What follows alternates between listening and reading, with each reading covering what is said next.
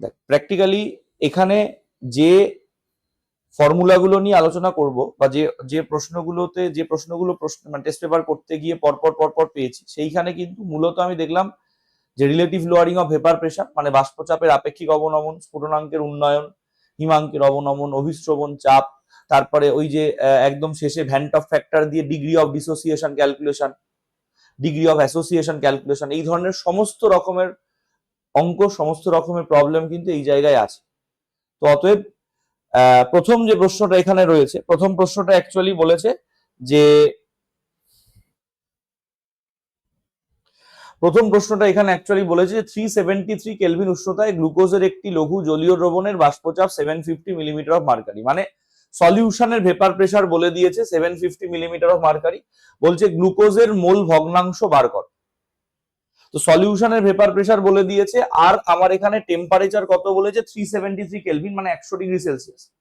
আর কিরকম সলিউশন বলেছে, জলীয় দ্রবণ মানে অ্যাকোয়াস সলিউশন। যেহেতু অ্যাকোয়াস সলিউশন, তাহলে আমরা জানি যে 100 ডিগ্রি সেলসিয়াস টেম্পারেচারে পিওর ওয়াটারের ভেপার প্রেসার হচ্ছে 100 ডিগ্রি, মানে 100 ডিগ্রি সেলসিয়াসে পিওর ওয়াটারের ভেপার প্রেসার হচ্ছে 760 মিলিমিটার অফ মার্কারি, যেহেতু মিলিমিটার অফ মার্কারিতে আছে। তার মানে আমার এখানে যে ফর্মুলাটা কাজে লাগাতে হবে, ফর্মুলা রিকোয়ার্ড, এক্ষেত্রে দু একটা করতে করতে মনে পড়ে যাবে, that is P0 minus P divided by P0 is equal to হচ্ছে x2।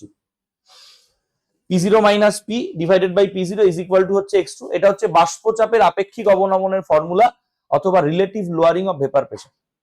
তাহলে আমার এখানে প্রোভাইডেড ইনফরমেশন কি, যেহেতু 100 ডিগ্রি সেলসিয়াস বলে দিয়েছে, তার মানে P0টা হচ্ছে 760 millimetre of mercury,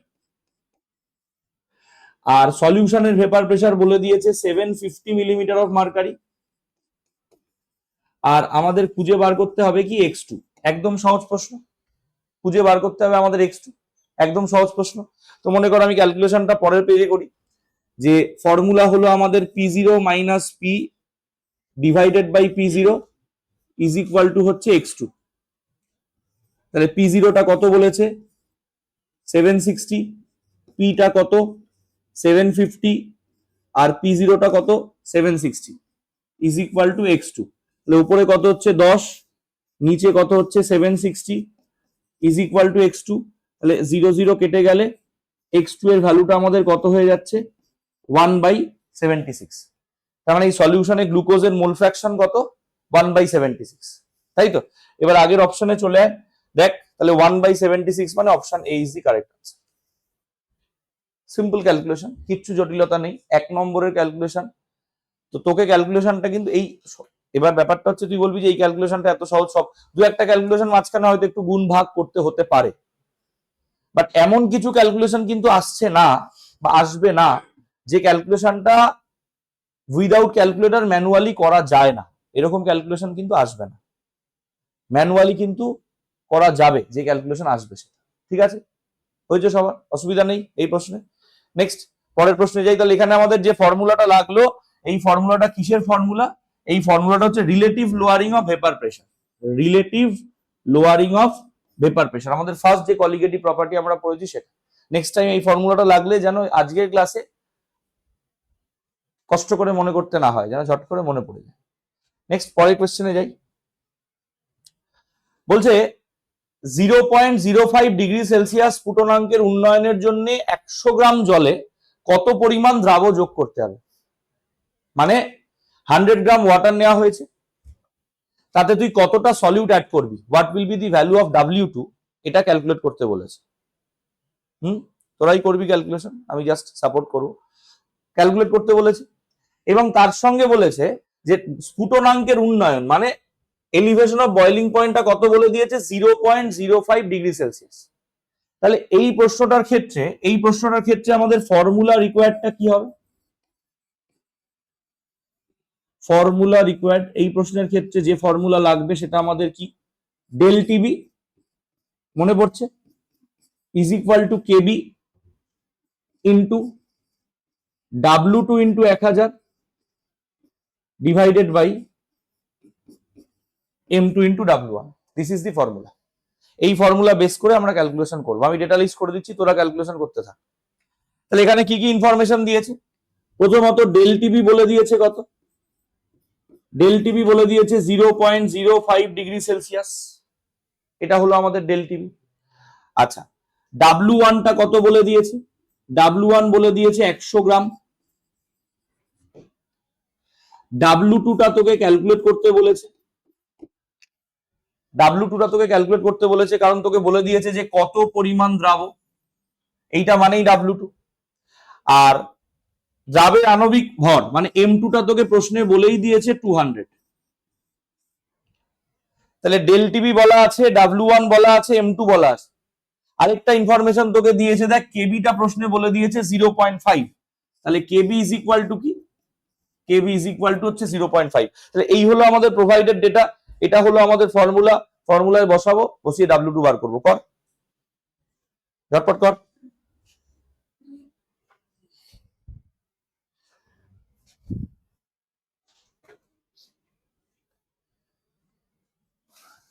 .05 del TV এর জায়গায় কেবি এর জায়গায় 0.5, W2 হচ্ছে ক্যালকুলেট করতে হবে, M2 হচ্ছে 200 আর W1 হচ্ছে 100। এই হলো আমাদের টোটাল, ক্যালকুলেট কর, সিম্পল ক্যালকুলেশন হবে একদম। 200 দিয়ে 1000 কে ক্যান্সেল করলে 5। আচ্ছা এদিক থেকে 5 উঠিয়ে দিলে নিচে একটা 100 আসছে।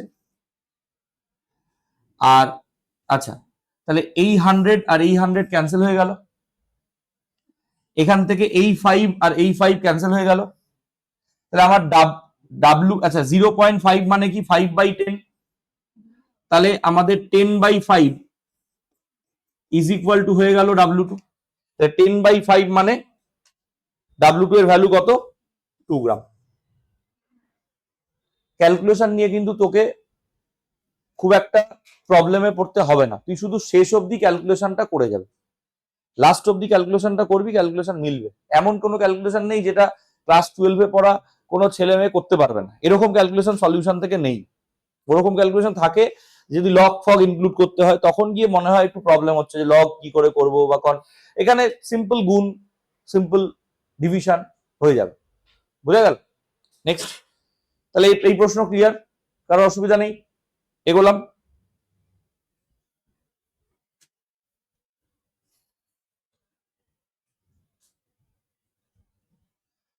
বলছে 27 degree Celsius temperature, 0.5 molar aluminium chloride, যার অ্যাকোয়াস সলিউশনের আলফা হচ্ছে 0.8। আলফা মানে কি? আলফা মানে হচ্ছে ডিগ্রি অফ ডিসোসিয়েশন, আলফা মানে হচ্ছে বিয়োজন মাত্রা, সেই বিয়োজন মাত্রাটা 0.8 বলেছে। 0.8 মানে অ্যাকচুয়ালি 80%। তাহলে তোকে বলেছে অসমোটিক প্রেসার বার করতে হবে, তাহলে তার মানে অ্যালুমিনিয়াম ক্লোরাইডের যেহেতু ডিগ্রি অফ ডিসোসিয়েশন আছে, অ্যালুমিনিয়াম ক্লোরাইড যেহেতু বিয়োজিত হচ্ছে, তাহলে অ্যালুমিনিয়াম ক্লোরাইডের ক্ষেত্রে নিশ্চয়ই আমাদের ভ্যান্ট অফ ফ্যাক্টর ইনক্লুড করতে হবে। কারণ ভ্যান্ট অফ ফ্যাক্টর কখন আমরা ইনক্লুড করি? অ্যাবনর্মাল কলিগেটিভ প্রপার্টির ক্ষেত্রে। আর অ্যাবনর্মাল কলিগেটিভ প্রপার্টি আমরা কখন পড়ি? যদি কোন একটা সলিউশনের মধ্যে যে সলিউট পার্টিকেল আমি ডিজলভ করেছি, সেই সলিউট পার্টিকেল গুলো যদি কোনো কারণে ইলেকট্রোলাইট হয় মানে তড়িৎ বিশ্লেষ্য হয়, ভোলাটাইল হয়, অথবা অ্যাসোসিয়েটিভ নেচারের হয়, সংযোজী প্রকৃতির হয়, তখন আমরা ভ্যান্ট অফ ফ্যাক্টর ইউজ করি। তাহলে এখানে তো অ্যালুমিনিয়াম ক্লোরাইড বিয়োজন হয়, অ্যালুমিনিয়াম ক্লোরাইড তো বিয়োজিত হয়। অ্যালুমিনিয়াম ক্লোরাইড বিয়োজিত হয়ে কি করে? অ্যালুমিনিয়াম ক্লোরাইড ভেঙে গিয়ে কি তৈরি করে? এটা হচ্ছে আমাদের অ্যালুমিনিয়াম ক্লোরাইড, এই ভেঙে গিয়ে কি তৈরি করবে? Al3+ 3Cl-। তাহলে টোটাল কটা আয়ন জেনারেট করলো? 4টে আয়ন, এটা আমাদের লাগবে। আর আলফাটা আমাদের কোয়েশ্চেনে কি বলে দিয়েছে? 0.8। তাহলে আমাদের প্রথম কাজ হচ্ছে ভ্যান্ট অফ ফ্যাক্টরটাকে ক্যালকুলেট করা, করছি আমি। তার আগে এটা যেহেতু অসমোটিক প্রেসারের অঙ্ক, তাহলে এখানে আমাদের ফর্মুলা রিকোয়ার্ডটা কি হবে? তাহলে আমাদের এখানে ফর্মুলা লাগবে কি? আমাদের এখানে ফর্মুলা লাগবে pi is equal to CRT. Actually CRT দিয়ে আমাদের কাজটা হবে না, যেহেতু ভ্যান্ট অফ ফ্যাক্টর আছে, তাহলে আমাদের ফর্মুলা কি হবে? I into CRT, vent Hoff factor লাগাতে হবে। ঠিক আছে, এবারে দেখ আমাদের ডিগ্রি অফ ডিসোসিয়েশনের সঙ্গে ভ্যান্ট অফ ফ্যাক্টর রিলেশন কি মনে পড়ে? আলফা ইজ ইকুয়াল টু কি ছিল? I-1/n-1। তোদের মধ্যে এখন এই ব্যাপারটা আসেনি যে আমি কিন্তু আগের দিন বলে দিয়েছিলাম সলিউশন আজকে রিভিশন হবে, তাহলে তো তোদের উচিত ছিল ফর্মুলাগুলো দেখে আসা। পরীক্ষা কিন্তু আমার নয়, আজকে 3 তারিখ, আগামী মাসের 3 তারিখে বাড়িতে পড়া শুরু হয়ে যাবে, মানে বাড়ির বাইরে পড়া আর হয়তো থাকবে না। ফর্মুলাগুলো কিন্তু দেখে আসা তোদের উচিত ছিল, তোরা দেখে আসিস। তো আমার সঙ্গে কোঅপারেট না করলে ব্যাপারটা স্মুথলি এগোবে না। আমি তো করে দিতেই পারি, দেখে নিতেই পারি, সেইটা আমার করার কিছু নেই। তোরা করে আমাকে আটকেছে এটা বললেই আমি সলভ করে দিতে পারতাম, বাট ইন্ডিভিজুয়ালি প্রত্যেকটা প্রশ্ন ধরে করানোর উদ্দেশ্য একটাই যে তোরাও কিছুটা করছিস, তার সঙ্গে আমিও তোদেরকে একটু সাপোর্ট করে দিলাম যাতে ব্যাপারটা একটু ওপরে ওঠে আর কি। এছাড়া তো আর কোনো ব্যাপার নেই। তো ফর্মুলাগুলো তোদের অন্তত কিন্তু দেখে আসা উচিত। এই ওকে, তোদের কাছ থেকে এক্সপেকটেশন কমে যাওয়া এটাই স্বাভাবিক, আমার আর কিছু করার নেই। Alpha is equal to 0.8, I -1, N এর ভ্যালু হচ্ছে 4, তাহলে 4 - 1। তাহলে এখান থেকে 4 - 1 করলে কত হচ্ছে 3, 3 ইন্টু 0.8 করলে কত হচ্ছে 3 8 24, মানে 2.4 ইজ ইকুয়াল টু আই -1। ওয়ানটাকে এদিকে নিয়ে চলে আসলে 3.4 ইজ ইকুয়াল টু আই, তাহলে আমাদের ভ্যান্ট অফ ফ্যাক্টর কত হয়ে গেল আই। মোলারিটি কোয়েশ্চেনে কত বলা আছে 0.5 মোলার, ঠিক আছে। আচ্ছা দেখ, তুই একটা জিনিস দেখ, তোর এখানে যে অপশন আছে সেই অপশনে কিন্তু 4টে অপশনে আরটিটা কমন, মানে আরটি এর ভ্যালুটা ওরা বসায়নি, আমরাও বসাবো না, আমরা পুরো আনসারটাকে আরটি এর রেসপেক্টে বার করবো। তাহলে আমাদের or pi is equal two I এর ভ্যালু আমি বসিয়ে দিলাম 3.4, কনসেন্ট্রেশন মানে মোলারিটি বলে দিয়েছে 0.5, আর আরটিটাকে আমি আরটি হিসাবেই রেখে দিলাম। 3.4 মানে কি, এটাকে যদি তুলে দিই তাহলে এখানে একটা 10 হবে, আর এটাকে যদি তুলে দিই তাহলে এটা এখানেও একটা 10 হবে। 34 ইন্টু 5 করলে 170 হয়, 170কে 100 দিয়ে ডিভাইড করলে কত হবে 1.7। তোর এখানে আলটিমেটলি ওপরে কত হচ্ছে 170 ডিভাইডেড বাই 100 আরটি, তার মানে পাই এর ভ্যালু তোর কত হচ্ছে 1.7 আরটি। বুঝা গেল? শেষ অবধি করলে তোরা ক্যালকুলেশন 100% পারবি, কিন্তু তোরা আটকাবি একটা জায়গাতে, that is lack of practice. মিলিয়ে নিস আমার কথা, যে প্র্যাকটিস কম করছিস, এই কারণে তোরা সহজ প্রশ্নে আটকে যাবে, কিচ্ছু করার থাকবে না। আমার তো আর কিছু করার নেই, আমি আমার সর্বোচ্চটা দিয়ে চেষ্টা করার মানে চেষ্টা করে যাচ্ছি আর কি, যতটা করা যায়। তাহলে এখানে অস্ফটিক প্রেসার কত হলো 1.7 আরটি, তাহলে উত্তর হচ্ছে এইটা 1.7 আরটি। বোঝা গেল? নেক্সট পরের কোয়েশ্চেনে যাব। ক্লিয়ার তো? কারো অসুবিধা নেই তো?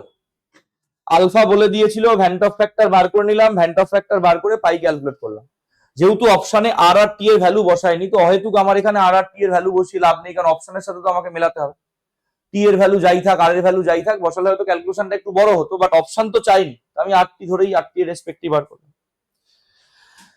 আচ্ছা, পরের কোয়েশ্চেন বলেছে নিম্নোক্ত জলীয় দ্রবণগুলির মধ্যে কোনটির স্ফুটনাঙ্ক সর্বোচ্চ? Which of the following aqueous solution has highest boiling point? আমরা জানি যে বয়লিং পয়েন্টের এলিভেশন হচ্ছে কি একটা কলিগেটিভ প্রপার্টি, আর কলিগেটিভ প্রপার্টি কিসের উপর ডিপেন্ড করে? নাম্বার অফ সলিড পার্টিকেলস এর উপর ডিপেন্ড করে। অর্থাৎ নাম্বার অফ পার্টিকেলস যত বেশি হবে, এলিভেশন অফ বয়লিং পয়েন্ট কি হবে? তত বেশি হবে, মানে স্ফুটনাঙ্ক তত বাড়বে। তার মানে আমরা এখানে খুব সিম্পলি একটা লাইন লিখতে পারি যে নাম্বার অফ পার্টিকেলস যত বেশি হবে, বয়লিং পয়েন্ট কি হবে? তত বেশি হবে। নাম্বার অফ পার্টিকেলস যত বেশি হবে, বয়লিং পয়েন্ট তত বেশি হবে, because elevation of boiling point is a colligative property. তাহলে এখানে আমাদের NaCl আছে, NaCl ভেঙে কি তৈরি করবে? Na plus Cl minus. তাহলে নাম্বার অফ পার্টিকেল কটা? দুটো।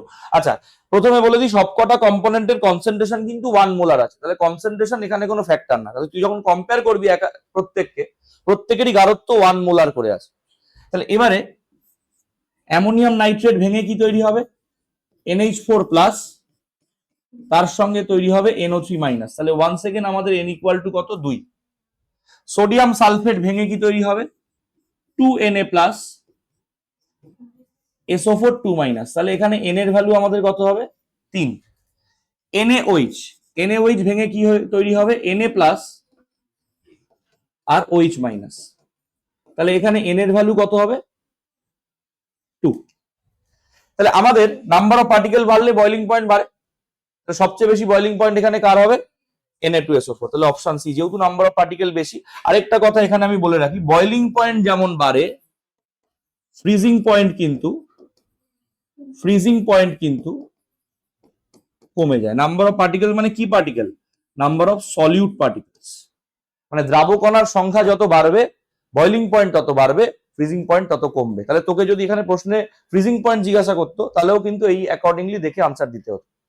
যেখানে সবচেয়ে বেশি বয়লিং পয়েন্ট কার হবে? Na2SO4 এর, বিকজ Na2SO4 ভেঙে গিয়ে বেশি নাম্বার অফ পার্টিকেলস তৈরি করছে। ক্লিয়ার? কারো অসুবিধা আছে? নেই? পরের কোশ্চেন।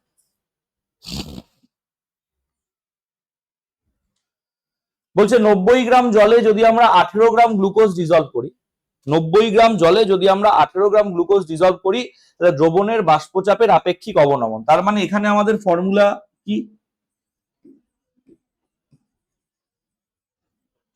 কি?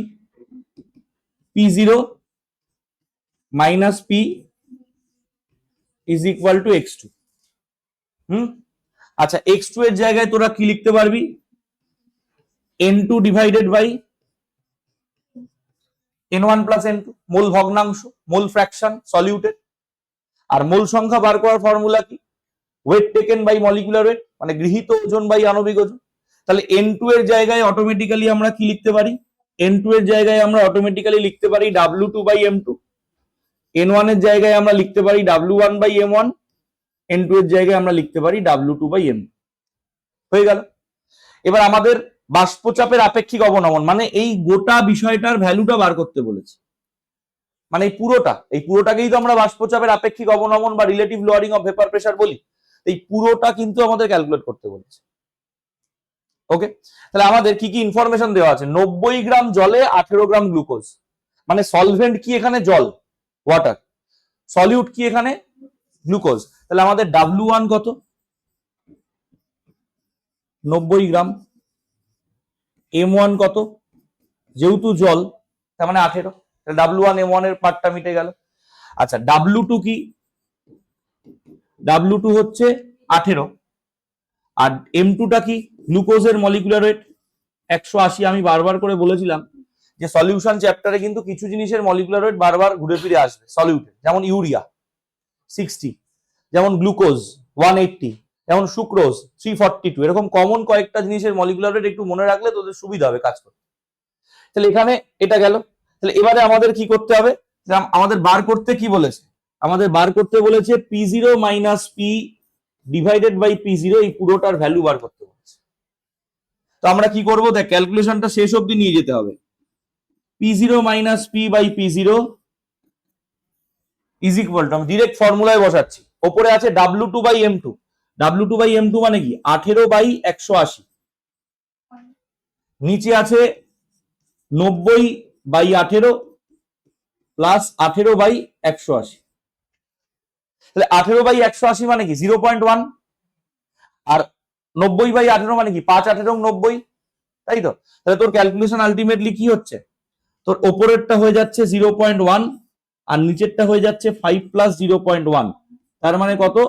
0.1 ডিভাইডেড বাই 5.1। তো তুই পয়েন্টগুলো তুলে দিলে তোর আনসার কত হচ্ছে? 1/51 হচ্ছে।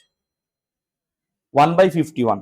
তো 1/51 মানে 1/50 ধরে নে, কাছাকাছি। তোর অপশন দেখতে হবে তোকে। 1 এর 50 মানে কি? 0.02।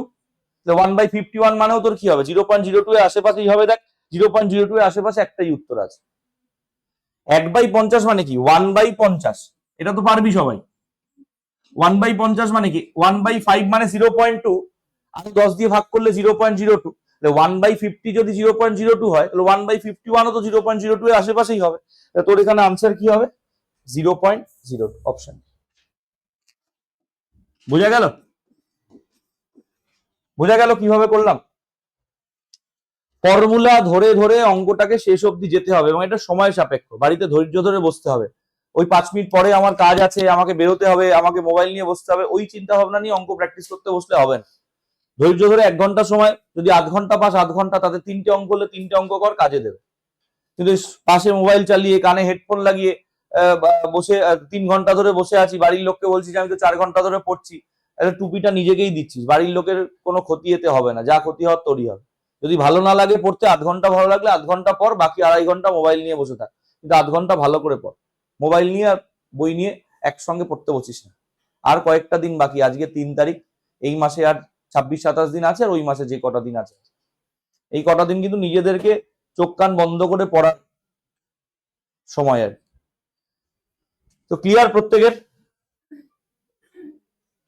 আচ্ছা, ক্লিয়ার তো? নেক্সট, পরের পার্ট। এটা একদম সহজ প্রশ্ন। নিচের কোনটা একটা কলিগেটিভ প্রপার্টি? বল সায়ন্তিকা, বল। 4টে প্রপার্টি বলেছে, কলিগেটিভ প্রপার্টি না কোনটা? হিমাঙ্কের অবনমন মানে ডিপ্রেশন অফ ফ্রিজিং পয়েন্ট, অভিশ্রবণ চাপ মানে অসমোটিক প্রেসার, হিমাঙ্ক মানে হচ্ছে ফ্রিজিং পয়েন্ট, আর স্ফুটনাঙ্কের উন্নয়ন মানে হচ্ছে এলিভেশন অফ বয়লিং পয়েন্ট। কোনটা কলিগেটিভ প্রপার্টি না?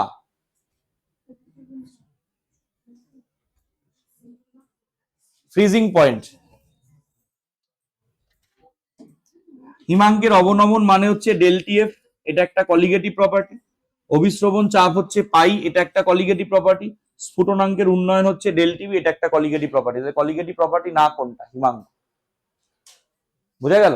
হিমাঙ্ক মানে অ্যাকচুয়ালি কি, এটা হচ্ছে টিএফ এর কথা বলেছে, এইটা তো ইটসেলফ কলিগেটিভ প্রপার্টি না, ডেলটিএফটা কলিগেটিভ প্রপার্টি। ঠিক আছে, বোঝা গেল তো? তো ওই রকম যেমন প্রশ্ন পাচ্ছিস, 5টা প্রশ্নের মধ্যে তো একটা প্রশ্ন এরকমও পেতে পারিস। তো ওই প্রশ্নটা যদি তোর 2 মিনিট সময় খায়, এই প্রশ্নটা 30 সেকেন্ড সময় খাবে, তো আলটিমেট ব্যাপারটা কিন্তু ব্যালেন্স হয়ে যাবে। ক্যালকুলেশন করতে অনেক টাইম লেগে যাচ্ছে বা কি, এমন প্রশ্নও পাবি যে নিচের কোনটার ক্ষেত্রে কোয়াগুলেশন সবচেয়ে ভালো হবে, কোলয়েডের প্রশ্ন, সেটা তো তোর 30 সেকেন্ড সময় খাবে। তো ওখানে তোর তো 1 মিনিট বেঁচে গেল, যদি পার প্রশ্ন 1.5 মিনিট ধরা হয়, তো সেই 1 মিনিটটা তুই ক্যালকুলেশনে কাজে লাগাতে পারবি। এই সেমিস্টারে তোদের যে ক্যালকুলেশন করার জায়গা আছে বা চিন্তা করার জায়গা আছে, সেটা খুব কম, মাথা থেকেই লেখার জায়গা বেশি। তো ক্যালকুলেশন করার জায়গা বা চিন্তা করার জায়গাগুলোতে দেখবি অটোমেটিক্যালি টাইম বেরিয়ে আসবে, পুরো টাইমটা ইউটিলাইজ করবে। নেক্সট বলছে সঠিক বিবৃতিটি চিহ্নিত করো। সঠিক বিবৃতিটি চিহ্নিত করো মানে কারেক্ট স্টেটমেন্ট আইডেন্টিফাই করতে বলেছে। আমি স্টেটমেন্ট গুলো পড়ি, পড়ে মানেটা বলি। যারা ইংরেজিতে পড়বে, যারা বাংলা বুঝতে পারছো না, বুঝতে পারবে, এমন কিছু কঠিন বাংলা নেই এখানে। আপেক্ষিক বাষ্পচাপের অবনমন তাপমাত্রার উপর নির্ভরশীল, মানে বলছে relative lowering of vapour pressure টেম্পারেচারের উপর ডিপেন্ড করে। ভেপার প্রেসার ডিপেন্ড করে, কিন্তু relative lowering of vapour pressure কিন্তু ডিপেন্ড করে না। ঠিক আছে, মানে এটা ভুল আছে। 2 নম্বর বলেছে অভিশ্রবণ চাপ দ্রব্যের প্রকৃতির উপর নির্ভর করে। অভিশ্রবণ চাপ হচ্ছে কলিগেটিভ প্রপার্টি, ও কোনো কিছুর প্রকৃতির উপর নির্ভর করে না। কিসের উপর নির্ভর করে? নাম্বার অফ পার্টিকেলস এর উপর নির্ভর করে, মানে এটাও ভুল আছে। 3 নম্বরে বলছে স্ফুটনাঙ্কের উন্নয়ন দ্রাবকটির প্রকৃতির উপর নির্ভর করে। কখনো নির্ভর করে না। কেবি নির্ভর করে দ্রাবকের প্রকৃতির উপর, কিন্তু ডেলটিভি কিন্তু ডিপেন্ড করে না। এবার 4 নম্বর কি বলেছে? হিমাঙ্কের অবনমন মোলার গাঢ়ত্বের সঙ্গে সমানুপাত। অ্যাকচুয়ালি এটা মোলাল হলে ভালো হতো, মানে মূল কথা হচ্ছে হিমাঙ্কের অবনমন যেটা, সেটা সলিউশনের কনসেন্ট্রেশনের উপরে ডিপেন্ড করে। তার মানে এই অপশনটা হচ্ছে বা এই স্টেটমেন্টটা হচ্ছে কারেক্ট স্টেটমেন্ট। কারণ আমরা তো পড়েছি, এটা মোলাল হলে হয়তো বুঝতে আরো মানে বলতে সুবিধা হতো, বাট টেস্ট পেপারে এটা এরকম কিছু কিছু জায়গায় টেস্ট পেপারে ভুল আছে। তো del TF is proportional to M, এটা তো আমরা পেয়েছি। হিমাঙ্কের অবনমন যেটা হয় সেটা মোলাল কনসেন্ট্রেশনের সঙ্গে ডিরেক্টলি প্রপোর্শনাল। তার মানে এই স্টেটমেন্টটা কারেক্ট স্টেটমেন্ট। সঠিক বাক্য চিহ্নিত করো অথবা ম্যাচ দি ফলোইংস, এটা কিন্তু সময় নেবে। এই প্রশ্নগুলো সময় নেবে, বা যদি কোথাও অ্যাসারশন রিজন থাকে, খুব মন দিয়ে আগে স্টেটমেন্ট দুটোকে পড়তে হবে, তারপরে উত্তর দাগ দিয়ে একটু এদিক ওদিক হলে কিন্তু ভুল হয়ে যাবে। ম্যাচ দি ফলোইংস এও তাই, তুই হয়তো মাথায় চিন্তা করছিস ঠিক, কিন্তু তাড়াহুড়ো করলি বা কাউকে একটা আনসার বলতে গেলি, সে তোকে জিজ্ঞাসা করছে বারবার, খুব পরিচিত বন্ধু, তাকে না বললে হবে না, সেটা বলতে গিয়ে দেখা গেল নিজে একটা ভুল উত্তরে দাগ দিয়ে দিল। তো যদি কাউকে বলার এরকম সুযোগ তৈরি হয় বা বলার দরকার পড়ে, নিজের উত্তরে দাগ দিবি, পরে আগে তাকে বলে নে, কারণ তুই তো পরোপকারী, অন্যের উপকারটা তোর কাছে বেশি প্রায়োরিটি। তো অন্যকে উপকার করে নে, তারপর নিজেরটা হলে করবি, না হলে করবি না। কিন্তু দুটো করতে গেলে কি হবে? ভুল হয়ে যাবে। ভুলটা কোথায়? এই যেমন একটা জিনিস আমি ক্লাস টেস্ট নিতে গিয়ে বারবার দেখতে পাচ্ছি যে 18 নম্বরের প্রশ্নটা ডি হবে স্যার, 19-এ ডি দাগ দিয়ে দিয়েছে। এটা তো শারীরিক সমস্যা। এটা তো কেমিস্ট্রির সমস্যা নয়। এই সমস্যাটা শারীরিক এবং মানসিক। এই সমস্যার সমাধান কেমিস্ট্রি করতে পারবে না। এই সমস্যার সমাধান একটাই, তুই যখনই 18-র উত্তরটা 19-এ দাগ দিলি, কাকতালীয় ভাবে যদি 19-এরও অপশন ওইটা হয় তাহলে তুই বেঁচে গেলি, আর যদি তুই না হয় তাহলে তোর 18-19 দুটোই গেল। চিন্তা করে দেখ, 18-19 যদি তুই দুটোই করিস, 18টা তুই ভুল করেছিস, ভুল উত্তর দাগ দিচ্ছিলি এবং সেই ভুলটা তুই 19-এ দাগিয়ে দিলি, 19টা হয়তো তুই ঠিক জানতিস, তুই যখন ভুল দাগালি তখন 18টা তো গেলই, 19টাও গেল, মানে 2 নম্বর গেল হিসেবে। তো অতএব এগুলো কিন্তু 35-এর মধ্যে থেকে যদি 2 চলে যায় তাহলে থাকবে কি? নিজের ভুলের জন্য পারলি না আলাদা ব্যাপার, নিজের এইরকম সিলি মিস্টেকের জন্য 2 নম্বর যদি দিয়ে আসিস তাহলে নিজের কাছে আর কিছু থাকবে না। তো পরীক্ষা দেওয়ার সময় একটু মাথা ঠান্ডা কর। আর 7টা মানে 8টা ক্লাস রয়েছে, আজকে ক্লাসটা ধরলে হয়তো আর 7টা ক্লাস রয়েছে, তার মধ্যে 5টা না 6টা ক্লাসে পরীক্ষাই আছে। তো সেই দিনগুলোতে একটু পরীক্ষাগুলো সিরিয়াসলি দেওয়ার চেষ্টা কর, যতটা পারিস নম্বর বার করার চেষ্টা কর। ধর প্রথম 5টা মক টেস্ট, প্রথম মক টেস্টে দেখা গেল যে পি ব্লকটা ভালো রেডি করতে পারছিস না, করিস না, পি ব্লক বাদ দিয়ে বাকিটা রেডি করে ফার্স্ট পরীক্ষাটা দে। পি ব্লক বাদ গেল মানে পি ব্লকের ওই 7-8 নম্বর বাদ গেল, তাহলে তুই 35 থেকে 8 বাদ দিলে তুই 27-এ পরীক্ষা দিলি, দেখ তুই 27-এ 25 বা 26 পাচ্ছিস কিনা, তাহলে জানবি যে পি ব্লক বাদ দিয়ে আমার বাকিটা তৈরি আছে। সেকেন্ড পরীক্ষাটায় পি ব্লক পুরোটা তৈরি করতে পারবো না স্যার, 1 সপ্তাহের মধ্যে পরীক্ষা, দুটো সম্ভব না, তো দুটো গ্রুপ তৈরি কর। সেকেন্ড পরীক্ষাটায় আবার পি ব্লকটাকে পার্সিয়ালি দিয়ে 27, কারণ আগের তো তোর রেডি আছে, পি ব্লক বাদ দিয়ে বাকিটা তো রেডি আছে, এবার পি ব্লকের অর্ধেকটা করে তুই বাকিটা দে। সেকেন্ড মক টেস্টে তুই দেখ যেটা তুই আগের বার 26 পেয়েছিলি সেটাকে 29 বা 28 করতে পারছিস কিনা, তাহলে পি ব্লক তোর পার্সিয়ালি হলো। তারপরের পরীক্ষাটায় পি ব্লক পুরোটা করে চলে আয়। এইভাবে তাহলে তো 3টে মক টেস্টের মধ্যে মোটামুটি নিজেকে ঝালানো হয়ে গেল। 4 নম্বর আর 5 নম্বর যে দুটো দিবি সেই দুটো একেবারে ফুল ফ্লেজে দেয়, 35-এ 35 বার করা যায় কি। টেকনিক্যালি যদি একটু চিন্তা ভাবনা করে পড়িস ব্যাপারটা ম্যানেজেবল। বায়োমলিকিউল পলিমার একবারে পড়ে ফেল, কোলাইড একবারে পড়ে fail, alcohol phenol ether just হলো, মোটামুটি ঝালানোই আছে, একবারে ঝালিয়ে ফেল। হ্যালোঅ্যালকেন হ্যালোয়াইন খুব বেশি দিন হয়নি, তোকে প্র্যাকটিস করতে হচ্ছে সলিউশন আর পি ব্লক। সলিউশনটা প্যারালাল প্র্যাকটিস করতে থাকে, এটা তো খুব একটা ট্রাবল দেবে না, অন্য সাবজেক্টের সঙ্গেও তুই করতে পারবি। আর পি ব্লক যদি মনে হয় যে না আমার পক্ষে পি ব্লক প্রথম মক টেস্টেই পি ব্লক করা সম্ভব হচ্ছে, করিস না, বাকি 27 নম্বর সিকিউর কর। 27 নম্বরে আমি 27-এ পরীক্ষা দেবো, 27-এ 27 নিয়ে আসার চেষ্টা করবো, খুব কঠিন প্রশ্ন হলে 24 বা 25 আমি পাবো। এবার পি ব্লক তুই পুরো ভুলে গেছিস সেটা তো হতে পারে না। ধর পি ব্লকে তোর এরকম একটা প্রশ্ন চলে এলো, ফ্লুরিন ক্লোরিন ব্রোমিন আয়োডিন দিয়ে দিল নিচের 4টে এলিমেন্টের মধ্যে কার ইলেকট্রন অ্যাফিনিটি সবচেয়ে বেশি, এটা তুই ক্লাস 11 থেকে পড়েছিস যে ক্লোরিনের বেশি, তো সেটা তো তোর বোনাস হয়ে গেল। তো অতএব পারবো না এইটা না, সিস্টেমেটিক্যালি এগো। পি ব্লক যদি তোর মনে হয় যে না আমি প্রথম মক টেস্টে আমার পক্ষে পি ব্লক তৈরি করা সম্ভব না, তাহলে মক টেস্টটা দিতেই যাব না, এইটা ভুল। পি ব্লক বাদ দিয়ে মক টেস্টটা দে, কারণ তোর কাছে তোর পি ব্লক তৈরি নেই মানে তো বাকিটা তৈরি আছে, তো বাকিটাকে রেডি করার চেষ্টা কর, যে ওটা বাদ দিয়ে যে 27 নম্বর আমি 27-এ দেখি কতবার করতে পারি, কারণ আমার ওটা তৈরি। তারপরের পরীক্ষায় অর্ধেক পি ব্লক, তারপরের পরীক্ষায় বাকি অর্ধেক, প্লাস দুটো মক টেস্টে পুরোটা দেওয়ার চেষ্টা। নিজেরা না খাটলে কিন্তু নাম্বার বার করতে পারবেন না, মানে মানে হাতের মোয়া নয় যে তোকে হাতে এসে কেউ দিয়ে চলে যাবে, তুই বাড়িতে নিয়ে মার্কশিটে লিখে দিবি যে আমি 35-এ 35 পেলাম। তোকে কিন্তু নিজেকেই বার করতে হবে। এখনো কিন্তু সিচুয়েশন, কোন একটা পরীক্ষা হলে গিয়ে এমন একটা সিচুয়েশনে গিয়ে পড়লি যেখানে আশেপাশে যারা আছে তারা বিরক্ত করে শেষ করে দিল,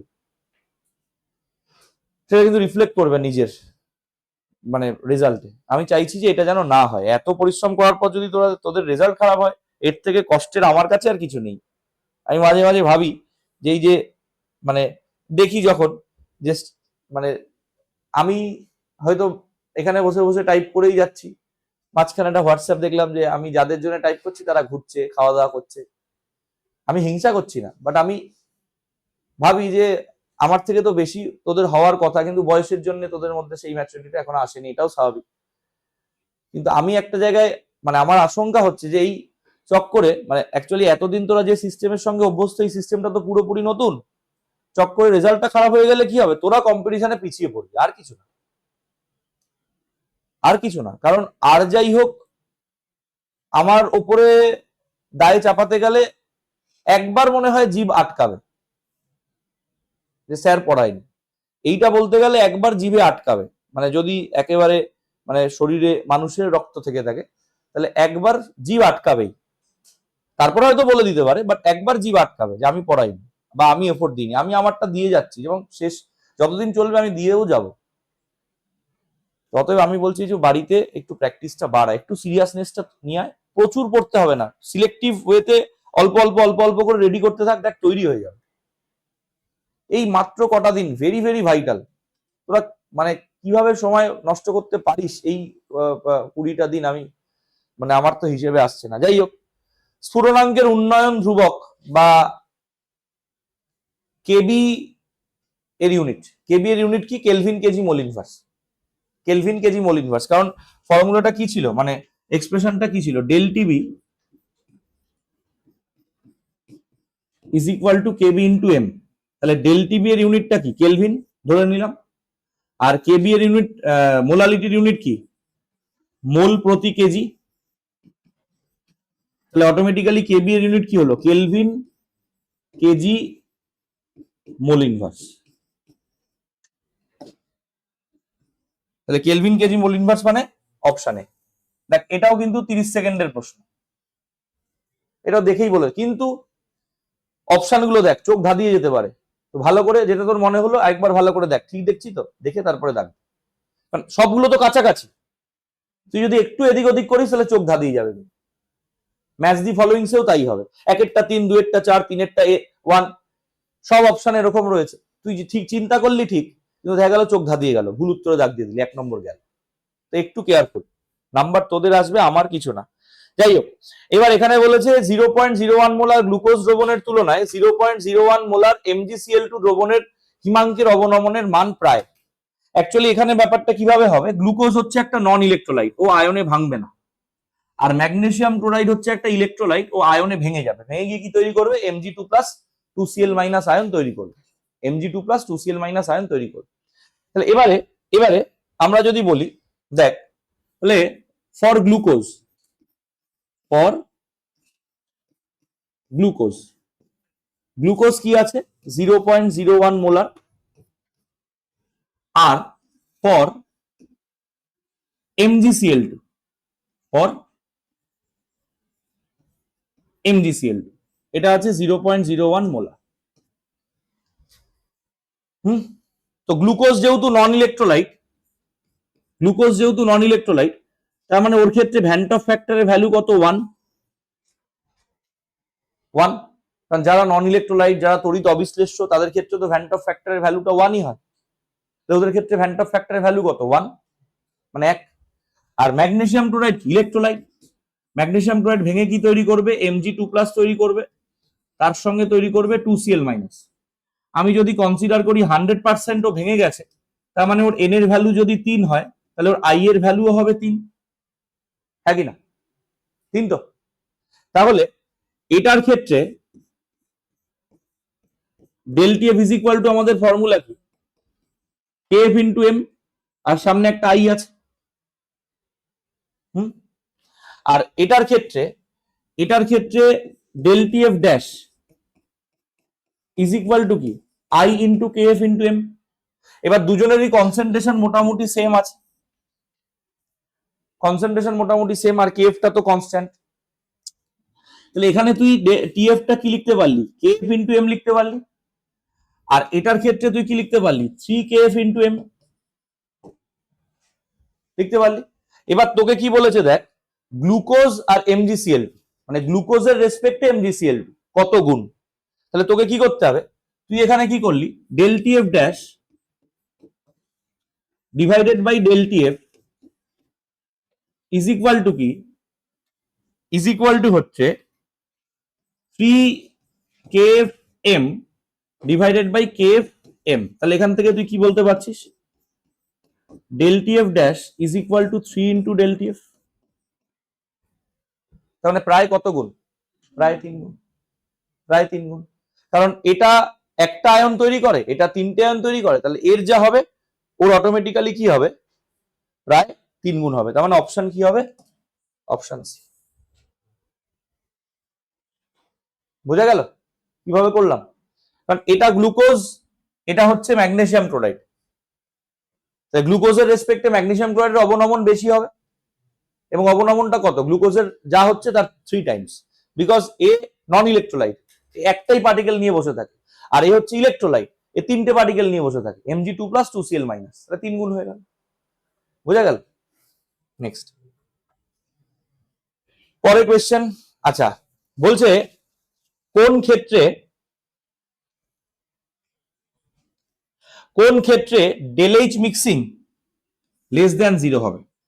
কোন ক্ষেত্রে ডেলএইচ মিক্সিং লেস দ্যান 0 হবে? এবার আমি একটা ইনফরমেশন বলে রাখি, ডেলএইচ মিক্সিং লেস দ্যান 0 হয় কখন? For negative deviation. ভুলে গেছিস হয়তো, সময়ের সঙ্গে সঙ্গে পড়া আছে। নেগেটিভ ডেভিয়েশন কখন হয়? নেগেটিভ ডেভিয়েশন কখন হয়? ধর মনে কর তুই দুটো মেটেরিয়ালকে মিশিয়েছিস, এ আর বি। এবার এ আর এর মধ্যে যে ফোর্স অফ অ্যাট্রাকশনটা কাজ করছে সেটা হচ্ছে এইটা, আর বি আর বি এর মধ্যে যে ফোর্স অফ অ্যাট্রাকশনটা কাজ করছে সেটা হচ্ছে এইটা। এটা হচ্ছে ফোর্স অফ অ্যাট্রাকশন। হয়েছে? এবার এদের মধ্যে যে ফোর্স অফ অ্যাট্রাকশন যখন আমি মিশিয়ে দিলাম, তখন ফোর্স অফ অ্যাট্রাকশনটা কাদের মধ্যে কাজ করবে? এ আর বি এর মধ্যে। তো বলছে এ এর মধ্যে force of attraction, B B এর মধ্যে ফোর্স অফ অ্যাট্রাকশন, মানে বলছে যে force of attraction of A B যদি গ্রেটার দেন হয় force of attraction A A and B B, মানে আগে ওদের মধ্যে যা ফোর্স অফ অ্যাট্রাকশন ছিল তার থেকে যদি এখন ফোর্স অফ অ্যাট্রাকশন বেড়ে যায়, তাহলে কি হবে? মলিকিউলগুলো এখন সলিউশনের মধ্যে খুব শক্তভাবে দৃঢ়ভাবে আবদ্ধ হয়ে যাবে। দৃঢ়ভাবে আবদ্ধ মানে কি? ওরা ভেপার ফেজে যেতে চাইবে না, বাষ্পীয় অবস্থায় যেতে চাইবে না। তো যেহেতু ওরা বাষ্পীয় অবস্থায় যেতে চাইছে না, তাহলে ওদের বাষ্পচাপ অটোমেটিক্যালি কি হবে? কম হবে। ওদের বাষ্পচাপ অটোমেটিক্যালি কম হবে, ওরা নেগেটিভ ডেভিয়েশন দেখাবে। তো ফোর্স অফ অ্যাট্রাকশন বাড়লে নেগেটিভ ডেভিয়েশন দেখায়, আর নেগেটিভ ডেভিয়েশন দেখালে কিন্তু ডেলএইচ মিক্সিংটা লেস দ্যান 0 হয়। এখানে নেগেটিভ ডেভিয়েশন দেখানোর কাপল একটাই আছে, সেটা হচ্ছে অ্যাসিটিক অ্যাসিড আর ক্লোরোফর্ম। এটা নেগেটিভ ডেভিয়েশন দেখায়, তাই এর ক্ষেত্রে কিন্তু ডেলএইচ মিক্সিংটা 0 হবে। পজিটিভ ডেভিয়েশন, নেগেটিভ ডেভিয়েশনের যতগুলো এক্সাম্পল আছে বাড়িতে একেবারে ঝালাপালা করে ফেল, এখান থেকে কিন্তু একটা এমসিকিউ হওয়ার হাই চান্স আছে। পজিটিভ ডেভিয়েশন কারা শো করে? কোন কাপলগুলো শো করে? নেগেটিভ ডেভিয়েশন কোন কাপলগুলো শো করে? কেন করে? পজিটিভ ডেভিয়েশনের কারণ কি, নেগেটিভ ডেভিয়েশনের কারণ কি? কারণটা কেউ তোকে জিজ্ঞাসা করবে না, বাট কারণটা 2-3 বার পড়ে নিয়ে এক্সাম্পল গুলো ঝালাপালা করে ফেল, এখান থেকে কিন্তু একটা এমসিকিউ সেট হতে পারে। আমার অ্যাসাম্পশন, আমি তো জাস্ট অ্যাজিউম করতে পারি, এর থেকে বেশি কিছু করার জায়গা নেই। ঠিক আছে? তাহলে অ্যাসিডিক অ্যাসিড আর ক্লোরোফর্ম। ঠিক আছে?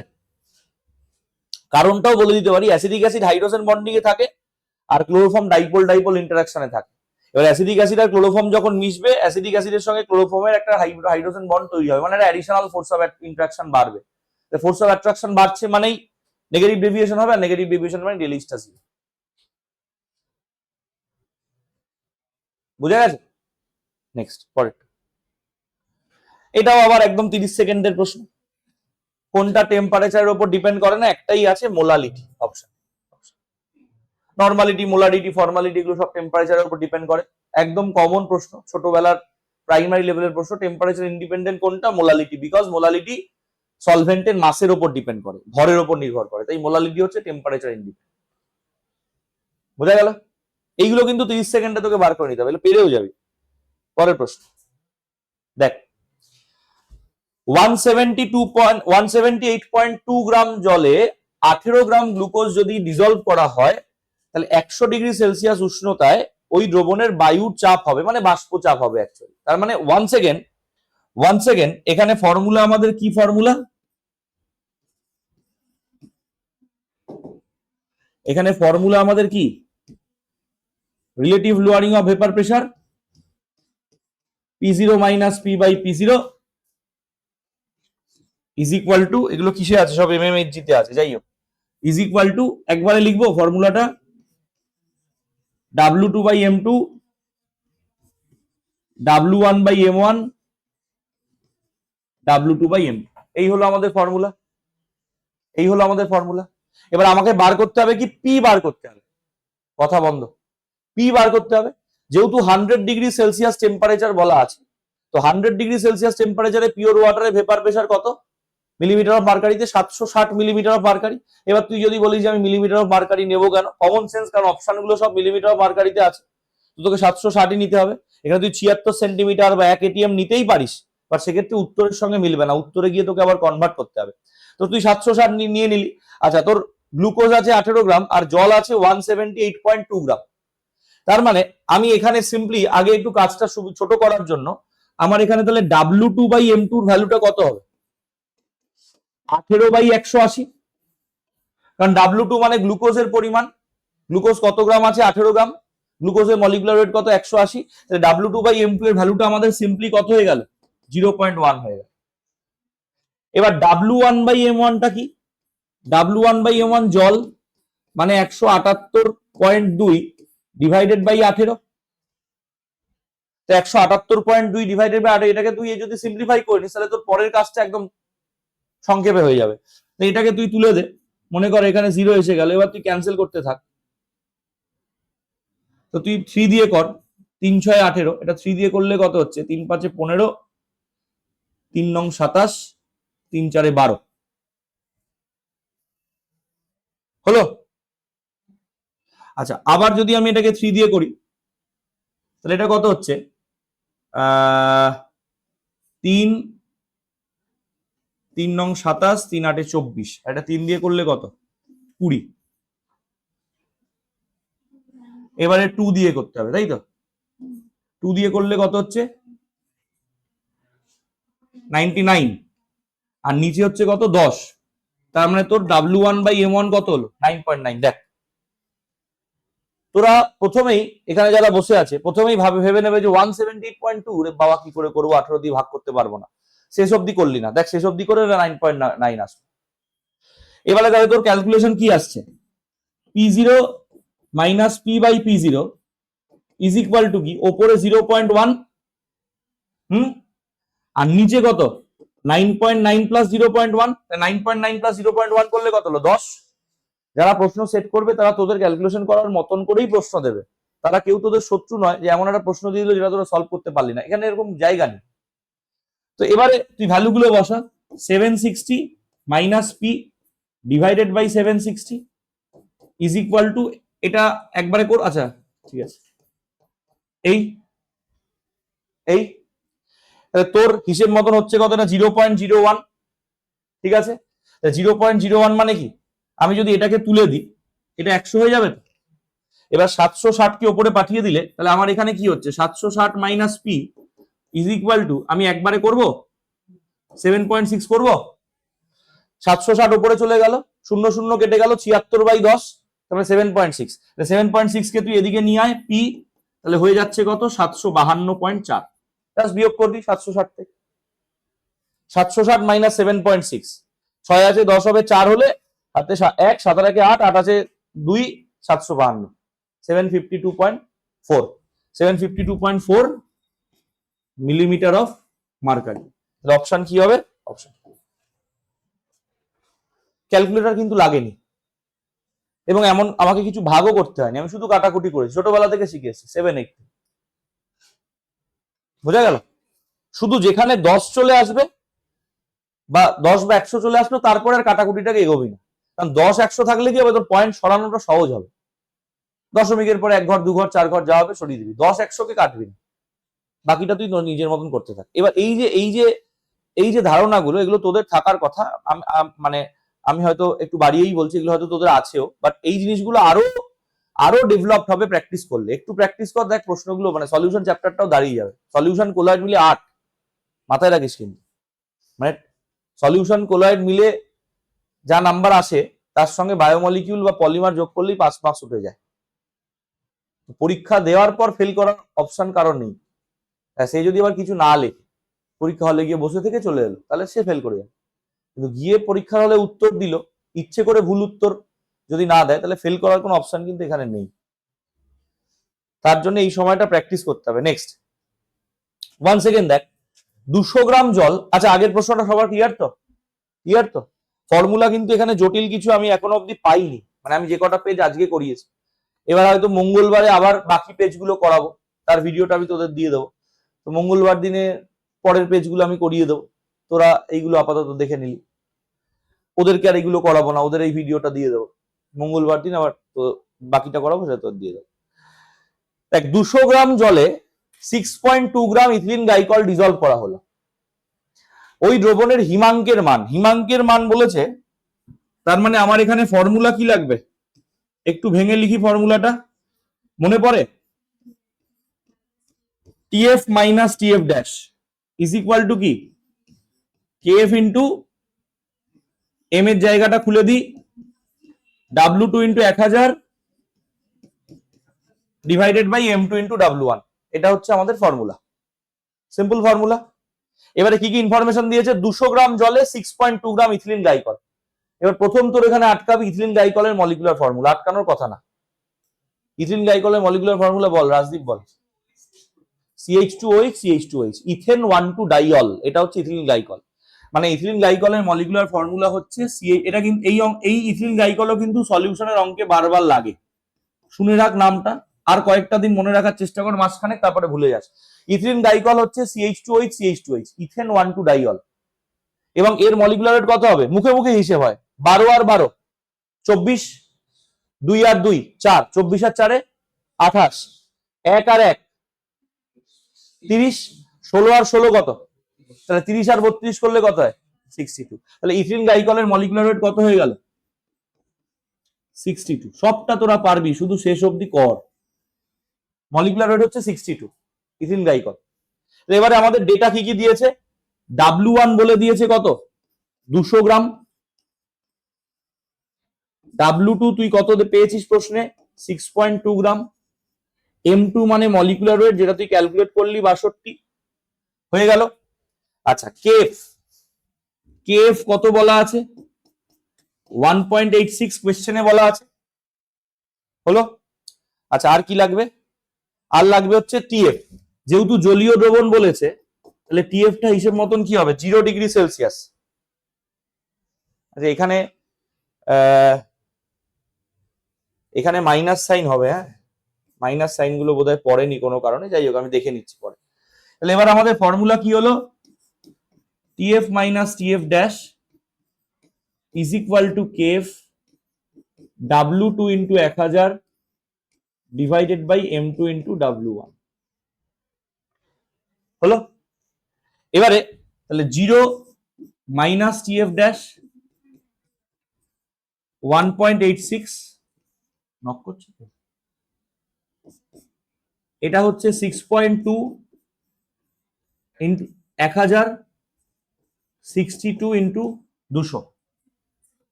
হলো। হ্যাঁ সরি 200 হলো।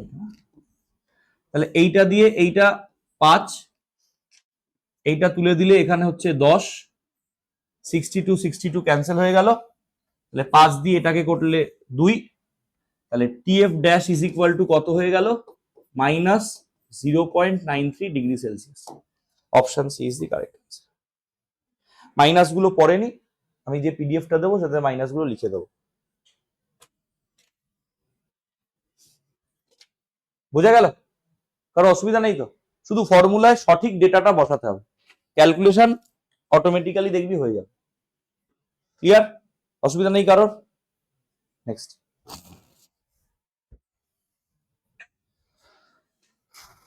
এক লিটার জলীয় দ্রবণে 20 গ্রাম গ্লুকোজ ডিজলভ করা আছে, 25 ডিগ্রি সেলসিয়াস টেম্পারেচারে অসমোটিক প্রেসার কত? 25 ডিগ্রি সেলসিয়াস টেম্পারেচারে অসমোটিক প্রেসার কত, তার মানে ফর্মুলা কি pi is equal to CRT, but এখানে সিআরটি বসালে তুই করতে পারবি না, তাহলে তোকে কি করতে, না আইও বসানোর দরকার নেই, কারণ আই বসাবি না কেন, কারণ এখানে সলিউটটা কি আছে গ্লুকোজ তো non electrolyte, van't Hoff factor লাগবে না, তোর এখানে লাগবে pi is equal to WRT divided by MV, মানে ওই যে মোলারিটিটাকে ভেঙে দিলাম W বাই MV করে দিলাম, তার কারণ তোর তো এখানে 1 লিটার জল 220 গ্রাম গ্লুকোজ বলে দিয়েছে, তো W বলে দিয়েছে, V বলে দিয়েছে, তোর তো সিআরটি করলে কি করতে হবে, সি করলে আলাদা করে আবার তোকে সি বার করতে হবে, তারপর সেই মোলারিটিটাকে আবার এখানে বসাতে হবে, কেন আমি দুবার করবো, একটা ফর্মুলাতেই লিখে দেবো।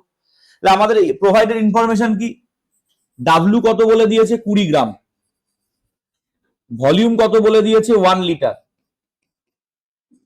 এম কত বলে দিয়েছে 180, এটা গেল এটা, আচ্ছা, আর এর ভ্যালু, আর মানে হচ্ছে 0.082, আমি এটিএম এ করবো, 821 আমি করলাম না, তো হাতে ক্যালকুলেট করবি, 82 করলে কি হবে, ব্যাপারটা ইভেন নাম্বারে থাকবে, তো ক্যালকুলেট করাটা সুবিধা হবে। তুই চাইলে 0.08ও করতে পারিস, তোর ব্যাপার। আচ্ছা, টেম্পারেচার কত, 25°C বলেছে, তো অবশ্যই কিন্তু ভুল যেন না হয়, অসমোটিক প্রেসারের ক্যালকুলেশনে কিন্তু আমাদের টেম্পারেচার কেলভিনে লাগবেই, সেলসিয়াসে বসালে কিন্তু গেল। এবারে তাহলে আমাদের পাই ইজ ইকুয়াল টু কি হচ্ছে, 20 into 0.082 into 298 divided by 180 into 1। এটা উঠিয়ে দিলাম, এখানে একটা 1000 রাখলাম, 1000 এখন হাত দেবো না, এটা ক্যান্সেল করে দিলাম, 2 দিয়ে এটাকে কাটলে 9, আর মনে হয় কাটবে না। তাহলে আমার এখানে কত হচ্ছে, 82 ইন্টু 298 ডিভাইডেড বাই 9 ইন্টু 1000। তোরা যেটা করবি কর, 82 ইন্টু 298 কর, সেটাকে 9 দিয়ে ডিভাইড কর, 1000 এ কিছু করবি না, 1000টাকে লাস্টে ডেসিমাল শিফট করে দিবি, কর 82 ইন্টু 290। হ্যাঁ, বাড়াবাড়ি বাড়াবাড়ি করতে পারিস, করতে পারিস, অসুবিধার কিছু নেই, কাছাকাছি চলে আসবে উত্তর, করতেই পারিস, করে দেখ একবার।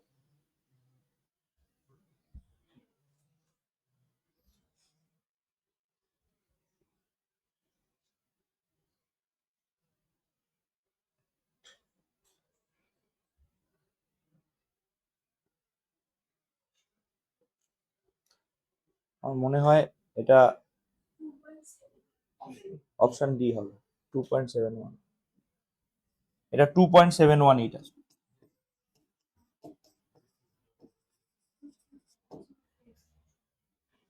2.718 অপশন। এবার এখানে তোর ও যেটা বললো সেটাও তোরা করতে পারিস, 82 জায়গায় আমি 81 ধরে নিলাম, 9 9 81 হয়ে গেল, 9 দিয়ে 81 কে কেটে দিতে পারবো, তাহলে 9 ইন্টু 290 ডিভাইডেড বাই 1000। এবার এটা কেন বলছি, কারণ এখানে বাকি যে অপশন গুলো আছে, এটা 3.2 আছে, 1.2 আছে, 4.2 আছে, 2.7 আছে, মানে প্রত্যেকটা অপশন কিন্তু মানে far apart from each other, তুই কম্পেয়ার করে বার করে নিতে পারবি, কিন্তু যদি খুব ক্লোজ ভ্যালু হয় সেক্ষেত্রে কিন্তু তোকে বুঝতে হবে, তোকে অসুবিধা হয়ে যেতে পারে। তো option D is the correct answer. তাহলে দেখ, এতগুলো অঙ্ক করার পর একটা অঙ্ক পেলি যেখানে তোকে একটা গুণ করতে হচ্ছে, বিরাট বড় না, 298 ইন্টু 82, ছোটবেলায় শেখা জিনিস। নেক্সট পয়েন্ট,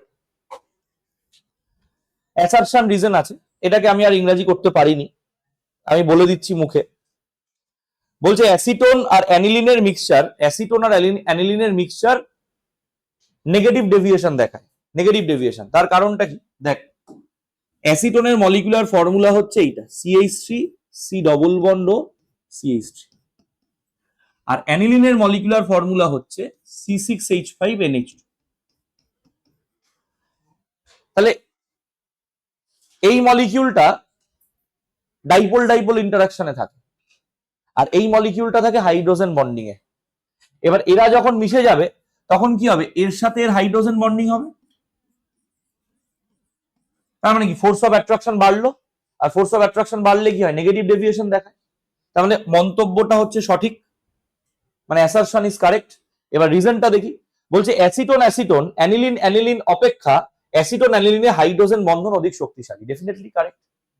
কারণ অ্যাসিটোনে অ্যানিলিনে হাইড্রোজেন বন্ড কার সঙ্গে হবে, নাইট্রোজেনের সঙ্গে হাইড্রোজেন আছে, হাইড্রোজেন বন্ডিংটা কার হবে, হাইড্রোজেন আর নাইট্রোজেনের মধ্যে হবে। আর যখনই তুই অ্যাসিটোন আর অ্যানিলিন মিশিয়ে দিলি তখন হাইড্রোজেন বন্ডটা কার মধ্যে হবে, হাইড্রোজেন আর অক্সিজেনের মধ্যে হবে। আর আমরা জানি ইলেকট্রোনেগেটিভিটি বাড়লে হাইড্রোজেন বন্ডের স্ট্রেংথ বাড়ে, হাইড্রোজেন আর নাইট্রোজেনের মধ্যে যে হাইড্রোজেন বন্ডিং, হাইড্রোজেন আর অক্সিজেনের মধ্যে হাইড্রোজেন বন্ডিং কি অনেক স্ট্রং, যে ফোর্স অফ অ্যাট্রাকশন বেড়ে যাচ্ছে, তাই জন্যই তো নেগেটিভ ডেভিয়েশন দেখাচ্ছে। তার মানে অ্যাসারশনটাও কারেক্ট, রিজনটাও কারেক্ট, আর রিজনটা হচ্ছে সঠিক এক্সপ্লানেশন। তাহলে কোনটা হবে, 1 এবং 2 উভয়ই সঠিক, এবং 2 1 এর সঠিক ব্যাখ্যা, তার মানে অপশন এ ইজ কারেক্ট। ইংরেজিতে লেখা থাকলে এটা লেখা থাকবে both assertion and reason are correct and reason is the correct explanation of assertion, ঠিক আছে, মানে স্টেটমেন্ট রিজন দুটোই কারেক্ট এবং রিজনটা হচ্ছে কারেক্ট রিজন। এই ধরনের প্রশ্ন কিন্তু একটু থরলি পড়ে নেবে, স্টেটমেন্টটা বারবার পড়ে নেবে, আর অপশনটা ভালো করে দেখবে যে কি কোন অপশনে কি আছে, তাড়াহুড়ো করবে না, এগুলোতে কিন্তু ভুল হয়ে যেতে পারে। পরের প্রশ্ন, এর আবার একটা 30 সেকেন্ডের প্রশ্ন, কোনটা কোনটা কলিগেটিভ প্রপার্টি? অপশন ডি অবিশ্রবণ। Viscosity, boiling point, melting point, viscosity, osmotic pressure. Osmotic pressure হচ্ছে কলিগেটিভ প্রপার্টি। হয়ে গেল 30 সেকেন্ড।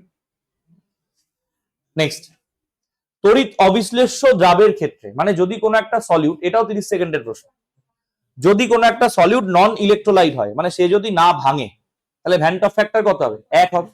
যদি ভেঙে যায় তাহলে ভ্যান্ট অফ ফ্যাক্টর কি হয়? ডিসোসিয়েট করলে 1 বেশি হয়, অ্যাসোসিয়েট করলে কি হয়? 1 কম হয়।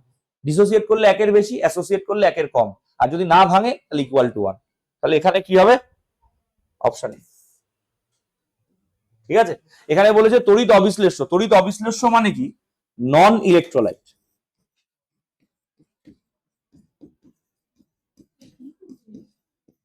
নন ইলেকট্রোলাইট হয়ে যায়, অসুবিধা নাই তো কারোর? পরের প্রশ্ন, 1 সেকেন্ড। দেখ, অভিশ্রবণ চাপ একটি সংখ্যাগত ধর্ম।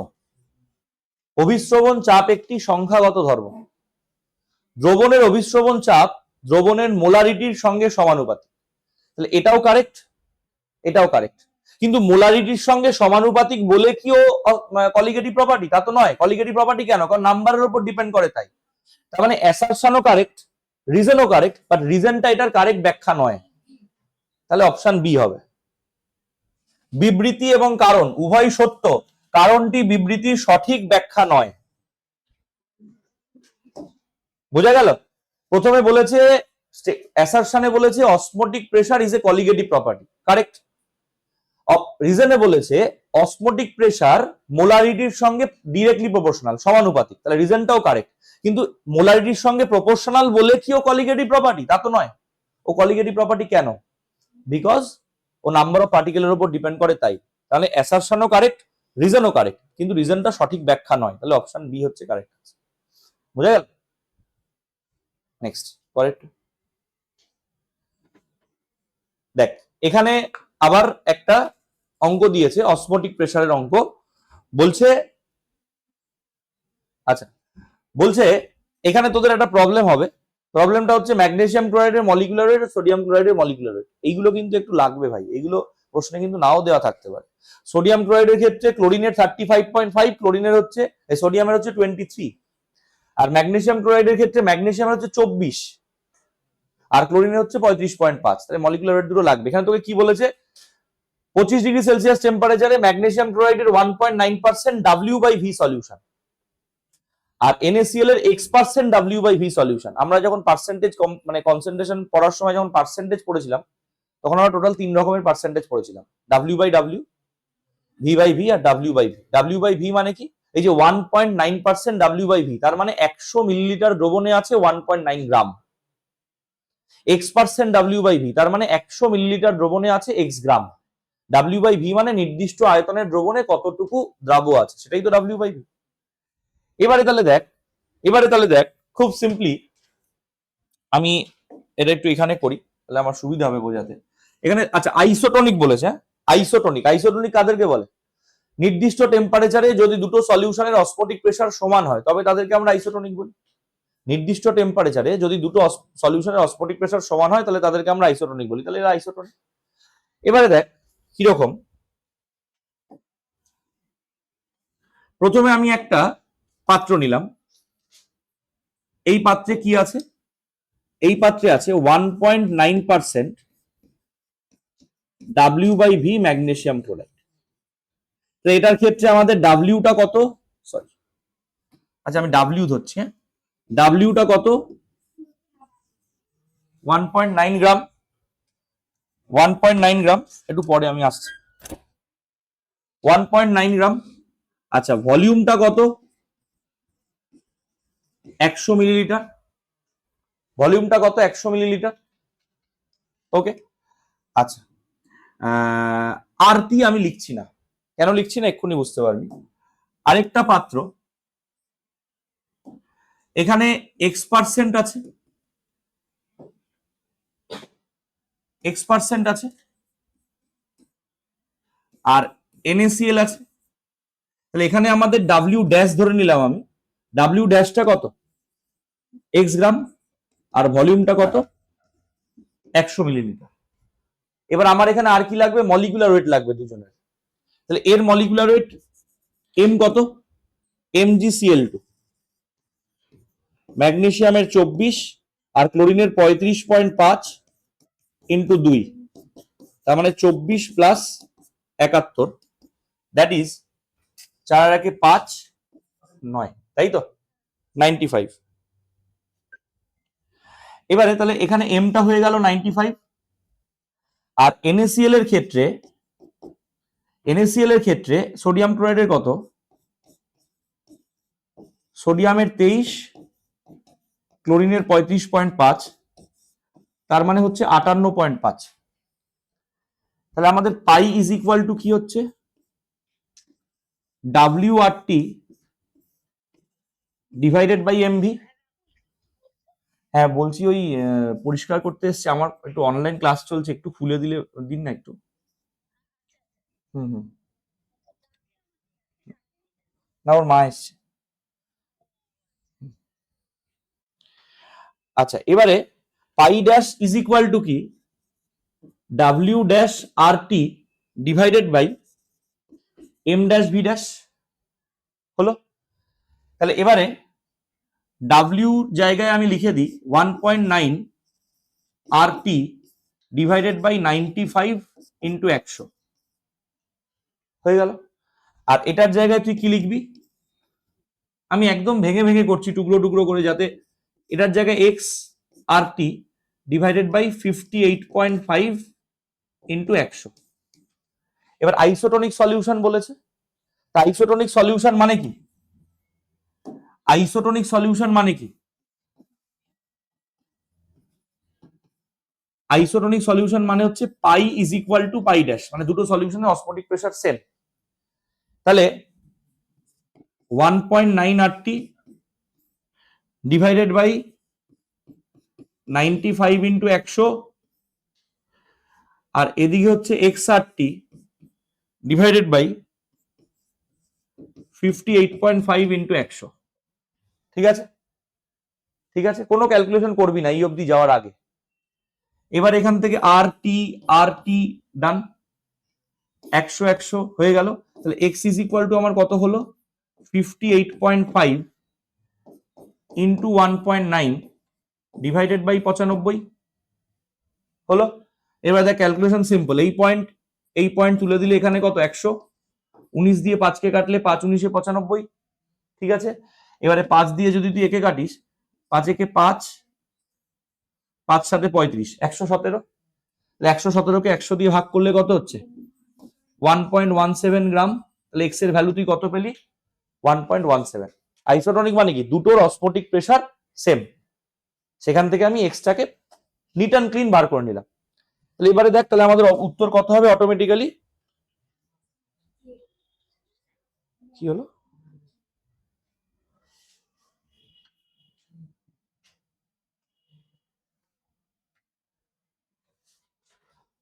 $1.2, এটাই হবে, এরকম তো হওয়ার কথা না এরকম। এটা ঠিক করেছি তো, 71 5 7 9, ঠিক আছে। এটা 1.9%ই বলেছে তো, 1.9 এক্স, আচ্ছা ওটা হচ্ছে 58.5, হ্যাঁ ঠিকই আছে, 1.26 হবে। হুম, ঠিক আছে, 1.26 হবে।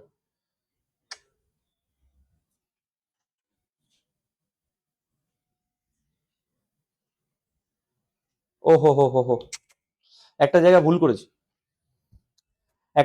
করেছি, ভুলটা কোথায় করেছি, ম্যাগনেসিয়াম ক্লোরাইড হচ্ছে ইলেকট্রোলাইট, এটার ক্ষেত্রে ভ্যান্ট অফ ফ্যাক্টর আছে 3,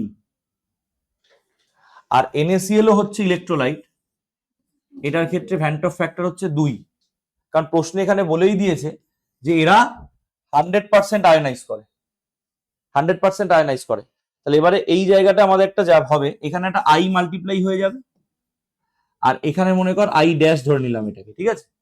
অটোমেটিক্যালি MgCl2 এর ক্ষেত্রে এটা কত হবে 3, আর এর ক্ষেত্রে এটা কত হবে 2, তার মানে এখানে একটা 3 থাকবে আর এখানে একটা 2 থাকবে, তাহলে হিসেবটা কি হচ্ছে, হ্যাঁ ইনটু একটা 3/2 আসবে, তাহলে ইনটু 3/2 করলে কত হচ্ছে 1.17 ইনটু 1.5, এটা একটু কর, 1.17 ইনটু 1.5,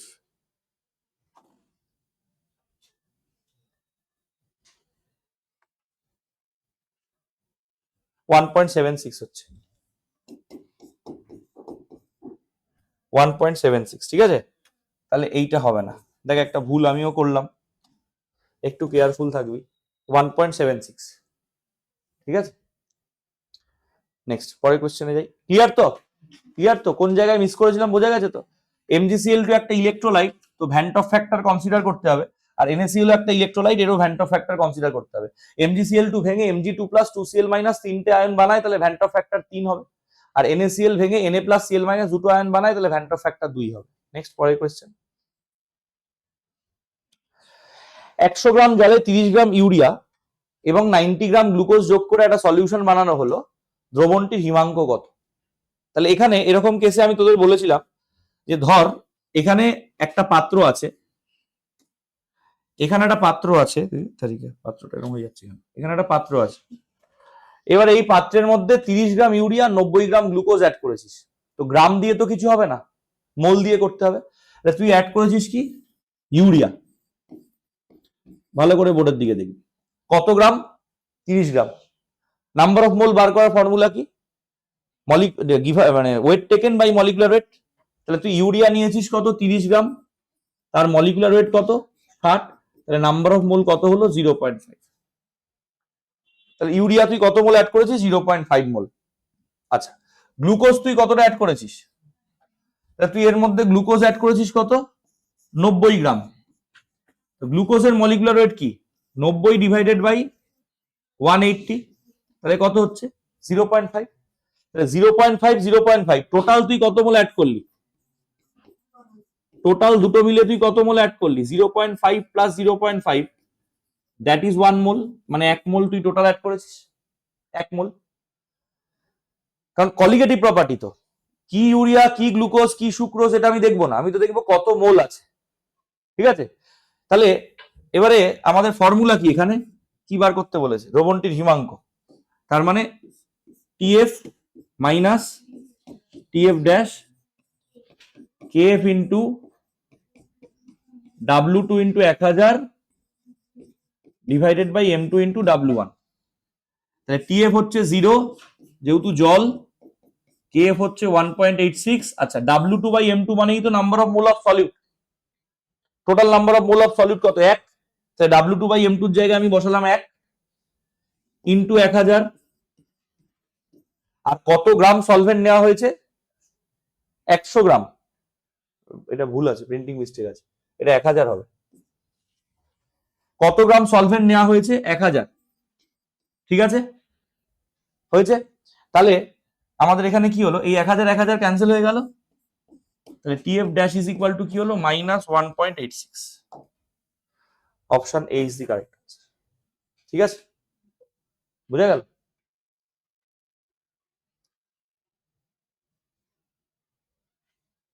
হয়েছে, বল যখনই মাল্টিপল সলিউট দেবে, মাল্টিপল সলিউট এটা এত গ্রাম ওটা অত গ্রাম সেটা তত গ্রাম, সবগুলোকে একসঙ্গে করে নিলাম, সেগুলো নাম্বার অফ মোল বার করলাম, নাম্বার অফ মোলগুলোকে জুড়ে দিলাম, নাম্বার অফ মোলগুলো জুড়ে দিলে টোটাল নাম্বার অফ মোল পেয়ে গেলাম।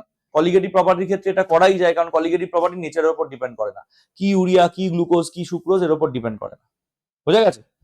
নেক্সট পরেরটায় গেলাম,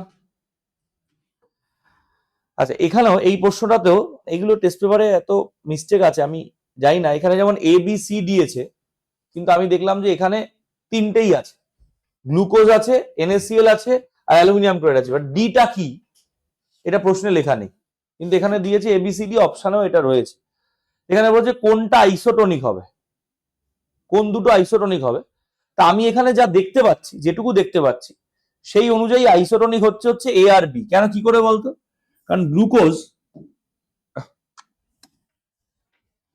কারণ হচ্ছে গ্লুকোজ 0.1 মোলার গ্লুকোজ হয়েছে।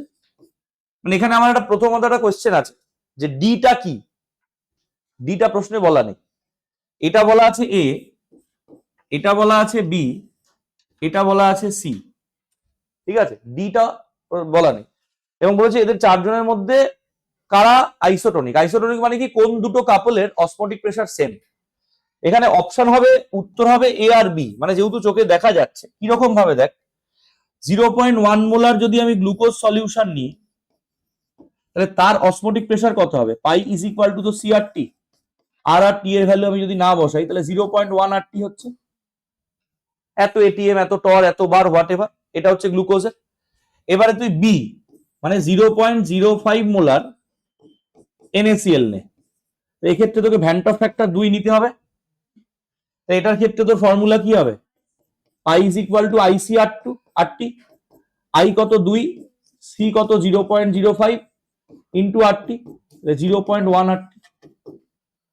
তার মানে এটার সাথে এটার অসমোটিক প্রেসার সেম হয়ে যাচ্ছে, বুঝা গেল? তাই জন্য এরা দুজন আইসোটোনিক, ক্লিয়ার তো?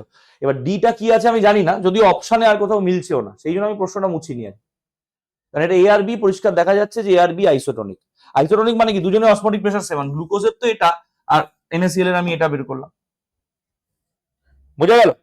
প্রশ্নটা বোঝা গেছে? ডি একটা কিছু ছিল, বাট এ আর বি তো ডেফিনেটলি হচ্ছে, ডি যাই হোক না কেন, কোনো অপশনে এ বি ডি তিনটে নেই, সেই জন্য আমি প্রশ্নটা মুছিয়ে নিয়ে আসি। ডি যা আছে আছে, বা যা না। নেক্সট পার্ট, এই যে ধরনের প্রশ্নগুলো, এই ধরনের প্রশ্নগুলো আগেকার সিস্টেমে খুব কম আসতো। এটা রাউলস ল এর প্রশ্ন।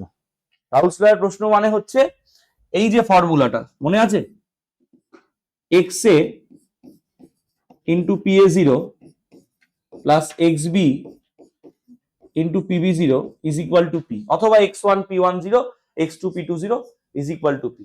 দুটো দ্রবণ নেওয়া হলো, সে মনে আছে একটা গ্রাফ এঁকেছিলাম, এরকম টাইপের একটা গ্রাফ রাউলস ল এর, মনে আছে তো? সেই ফর্মুলাটার ইকুয়েশন এটা। যাই হোক, এবার এখানে বলছে যে দুজন আছে, একটা আছে এ যার ভেপার প্রেসার হচ্ছে 70, আরেকটা আছে বি যার ভেপার প্রেসার কত বলেনি, দ্রবণের মোট মানে চাপ বলেছে 80, আর সরি 84, বি এর মোল ভগ্নাংশ বলেছে 0.2। তাহলে তোকে এই পিবি জিরোটা বার করতে বলেছে। এবারে আমি ইনফরমেশন গুলো লিস্ট করে দিই, দেখ অঙ্কটা সহজ। কি কি দিয়েছে? প্রথমত PA00 দিয়েছে কত, 70 টর, বোর্ডের দিকে দেখবে সবাই। আচ্ছা, XB দিয়েছে 0.2, তাহলে X এ কত হবে রে, 1 মাইনাস 0.2, কারণ দুটো যোগ করে তো হয়, গোটাটা মিলে তো 1, তাহলে বি এর যদি 0.2 হয় তাহলে এর কত হবে 0.8। আচ্ছা, PB0 তোকে ক্যালকুলেট করতে বলেছে, আর পিটা বলে দিয়েছে কত, 84 টন। হলো? এবার তুই বসিয়ে দে এখানে, এটা 0.8 ইন্টু 70, আচ্ছা 0.2 ইন্টু জানি না, ইজ ইকুয়াল টু 84। তাহলে এটা কত হচ্ছে, 7 8 56, 7 8 56, 5.6 হচ্ছে কি 56 হচ্ছে, 70 আছে তো এটা। এটা যখনই তুই 10 করবি 0 0 কেটে যাবে, তাড়াহুড়ো করলে চলবে না কিন্তু। তুই এটাকে তুললে তো এখানে একটা 10 হবে, এই 0 0 তো কেটে গেল, তো 7 8 56, 5.6 কিন্তু হবে না, হলেই কিন্তু শেষ। Plus 0.2 into PB0 is equal two 84।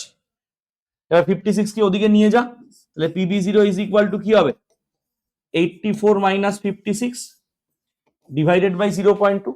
84 minus 56 করলে কত হয়, 8 2 ডিভাইডেড বাই 0.2, তাহলে কত হচ্ছে, এটা তুলে দিলে 140 হচ্ছে, এটা তুলে দিলে উপরে একটা শূন্য, 140। তাহলে বি এর প্রেসার হবে 140 টন। বুঝা গেল? এতে কিন্তু কোনো কেমিস্ট্রি নেই, শুধু তোকে ফর্মুলাটা কেমিস্ট্রি থেকে পাওয়া, বাকি ক্যালকুলেশনটা সিম্পল, তুই বসাবি ভ্যালুগুলো, ক্যালকুলেট করবি। তাহলে এখানে ফর্মুলা রিকোয়ার্ড কি, এখানে লিখে দিই যদি চোখে পড়ে। তারপরে ফর্মুলা হচ্ছে x1 p10 plus x2p20 is equal two p, রাউলস ল। ঠিক আছে, এখানে ab দিয়েছে বলে ab দিয়ে করলাম। ক্লিয়ার? পরের প্রশ্নে যাব, অসুবিধা নেই এই অবধি কারোর? নেক্সট। আচ্ছা, এবারে আবার একটা প্রশ্ন দিয়েছে, এটাও ভালো প্রশ্ন দিয়েছে একটা, যে NaCl এর দুটো মলিকুলার ওয়েট বলেছে, একটা হচ্ছে পর্যবেক্ষিত, আরেকটা হচ্ছে তাত্ত্বিক, মানে একটা এক্সপেরিমেন্টাল একটা থিওরিটিক্যাল। ঠিক আছে, তাহলে আমরা জানি van't Hoff factor is equal to কি? Experimental molecular wait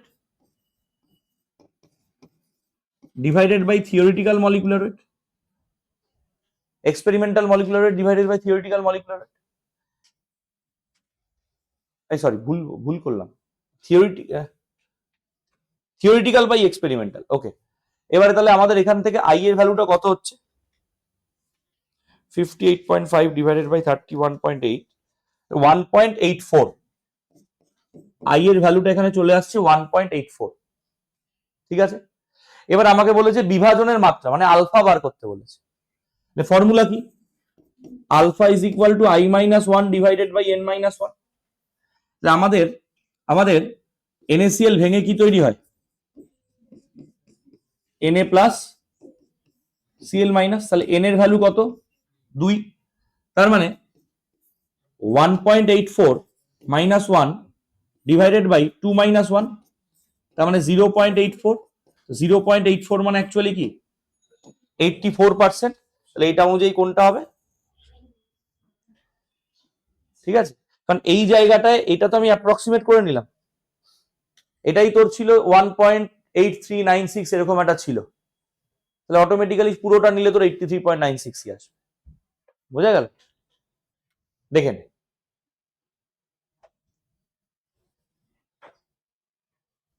clear? এই অঙ্কটা বোঝা গেছে? ফর্মুলা কিন্তু নতুন ফর্মুলা নয়, এই ফর্মুলা কিন্তু এর আগেও আমরা ব্যবহার করলাম, alpha is equal to i minus 1 by n minus 1। কি বল? হ্যাঁ, এইটা তোকে তো করতে হবে, এটা তুলে দে, এটা না করলে অঙ্কটাও করতে পারবি না। এটা তুলে দে, এই 0 0 কেটে দে। এবার এই ভাগটা তোকে করতে হবে 585 বাই 318। ডেসিমালের পরে একটা সংখ্যাও তুই নিতে পারিস, কিন্তু একটা সংখ্যা নিলেও তুই বুঝতে পারবি তোর 80% উত্তর আসবে। তুই যদি 84 না নিয়ে 8 নিস, তাহলে তোর 80% উত্তর আসবে, আর কাছাকাছি কোনোটাই নেই। এবার যে কারণে কি দশমিকের পরে দুটো সংখ্যা অন্তত নিতে হয়। এবার 585 বাই 318 তোকে করতে হবে, এটা কিছু করার নেই, এইটার অপশন নেই তোর কাছে, সবগুলো তো তুই ওইভাবে পাবি না। এবার 3 আর 4 8, এটা যেমন 3 দিয়ে কাটছে 585 318 3 দিয়ে কাটছে, তো কেটে ছোট করে নে। আচ্ছা, বলছে দুটো সলিউশনের নিচে তোর প্রত্যেকটা সলিউশনের কনসেন্ট্রেশন হচ্ছে 0.1 মোলার। অসমোটিক প্রেসার কার হবে? কি কি সলিউশন এখানে বলেছে? NaCl বলেছে, আরেকটা বলেছে Na2SO4 বলেছে। তো NaCl ভেঙে কি কি আয়ন তৈরি করে? Na প্লাস Cl মাইনাস, তার মানে n ইজ ইকুয়াল টু কত? 2। আর Na2SO4 ভেঙে কি কি তৈরি করে? n is equal to 3। তাহলে নাম্বার অফ আয়ন বাড়লে অসমোটিক প্রেসার বাড়বে। তাহলে NaCl আর Na2SO4 এর মধ্যে কার অসমোটিক প্রেসার বেশি হবে? তাহলে তোর এখানে কোন অপশন হবে? অপশন সি, Na2SO4 এর অসমোটিক প্রেসার NaCl অপেক্ষা বেশি। তার কারণ colligative property, number of ion বাড়লে অসমোটিক প্রেসার বাড়বে। বুঝা গেল? নেক্সট, পরের কোয়েশ্চেন বলছে 0.1 মোলার বেরিয়াম নাইট্রেট দ্রবণের ভ্যান্ট অফ গুণক 2.74 হলে বিয়োজন মাত্রা কত? সহজ প্রশ্ন এবং খুব এক্সপেক্টিং প্রশ্ন। এই ধরনের প্রশ্ন কিন্তু এক্সপেক্ট করা যায়, কারণ এই ধরনের প্রশ্ন কিন্তু আগেও আসতো। এবার বেরিয়াম নাইট্রেট মানে কি? আর তোর এখানে ফর্মুলা লাগবে কি? সেই ফর্মুলা তো alpha is equal to i minus 1 by n minus 1। I তোকে বলেই দিয়েছে, তোকে শুধু এনটা দেখে নিয়ে ক্যালকুলেট করতে হবে। তো বেরিয়াম নাইট্রেট ভেঙে কি তৈরি হয় বল দেখি?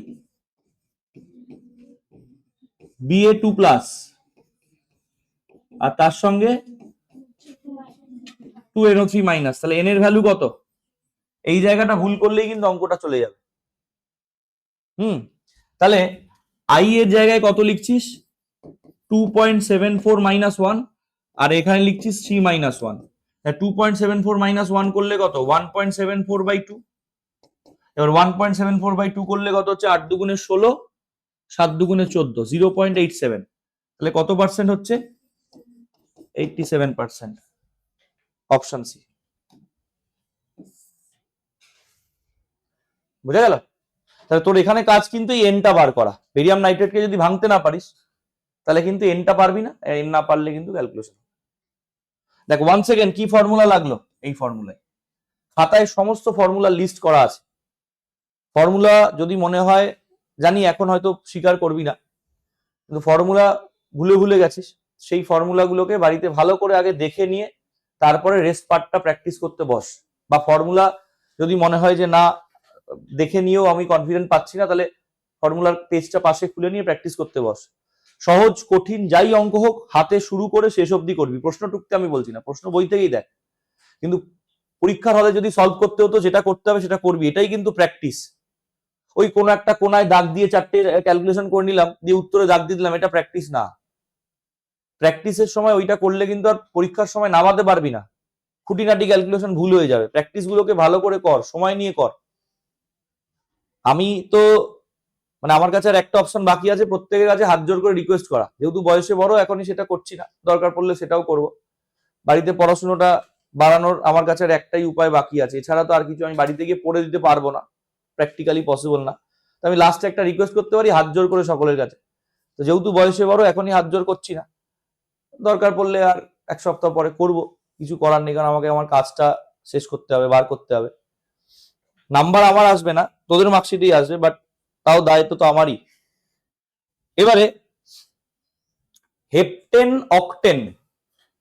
হেপটেন অক্টেন পরস্পর মিশ্রিত হয়ে আদর্শ দ্রবণ বানায় সেম ফর্মুলা কি ফর্মুলা বল রাউলস ল যখনই দেখবি এরকম দিয়েছে দুটো ভেপার প্রেসার দিয়েছে দুটো ডিফারেন্ট মেটেরিয়ালকে মিশিয়েছে তখনই জানবি রাউলস ল মানে সেই x1 p10 x2 p20 is equal two p অঙ্কটা একটু বড় অঙ্ক এই অঙ্কটা একটু বড় অঙ্ক তারপর এখানে দুটো জিনিস দিয়েছে হেপটেন মানে কি হেপটেন মানে হচ্ছে C7H16 অ্যালকেনের জেনারেল ফর্মুলা মনে আছে CnH2n+2 হেপটেন মানে 7টা কার্বন তাহলে C7 যদি হয় H কটা হবে 2n+2 7 দুগুণে 14 প্লাস 2 16 তাহলে অক্টেন মানে কি C8 অটোমেটিক্যালি কত হবে 8 দুগুণে 16 এই ফর্মুলাগুলো কিন্তু জরুরি একটু এদিক ওদিক হয়ে গেলে কিন্তু গল্প হয়ে যাবে কারণ মলিকুলার ওয়েট লাগবে আমার হেপটেন আর অক্টেনের এবারে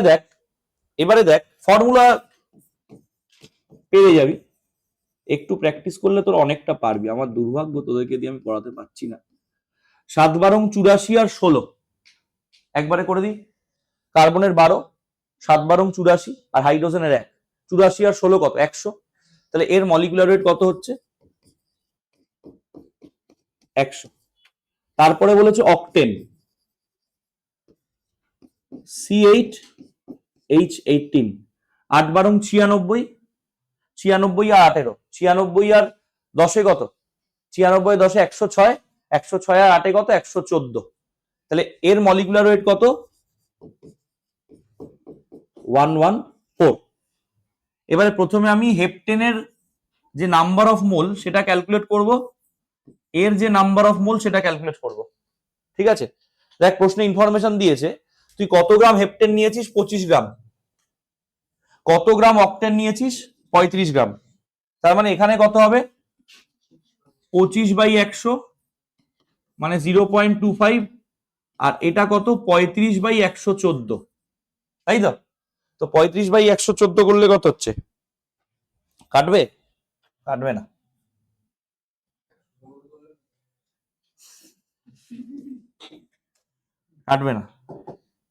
তো 35/114 করে নিতে হবে এখন আর টাইম নেই আমার কাছে 0.31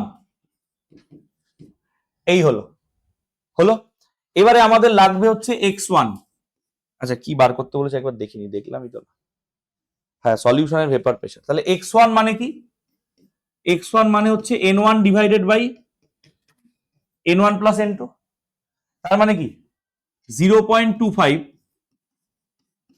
ডিভাইডেড বাই এটা যোগ করলে কত হচ্ছে 5 আর 1 6 3 আর 2 5 মানে 0.56। তার মানে এটা অ্যাকচুয়ালি কত হচ্ছে 25/56, ঠিক আছে। আর x2 টা অটোমেটিক্যালি কি হবে n2 divided by n1 plus n2 একবারে করে দিলাম 31/56 হয়ে গেল।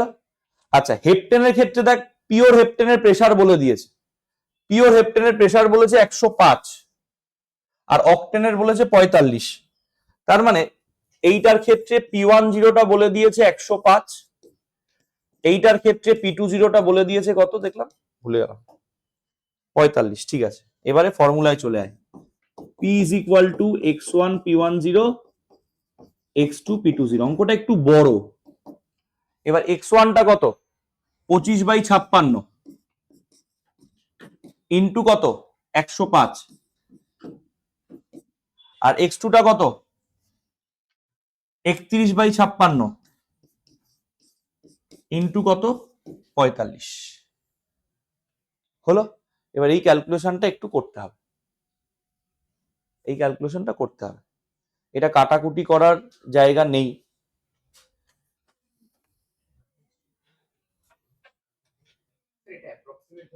অ্যাপ্রক্সিমেট ধরে করলে হবে। এটা যেমন হচ্ছে 46.9, তোরা অ্যাপ্রক্সিমেট ধরেই করবি। এটা হচ্ছে 25 বা 24.9 আছে, 24.9ই করি। তাহলে 46.9 প্লাস 24.9 71.8 ওই 72, ঠিক আছে। তাহলে উত্তর হবে এখানে 72।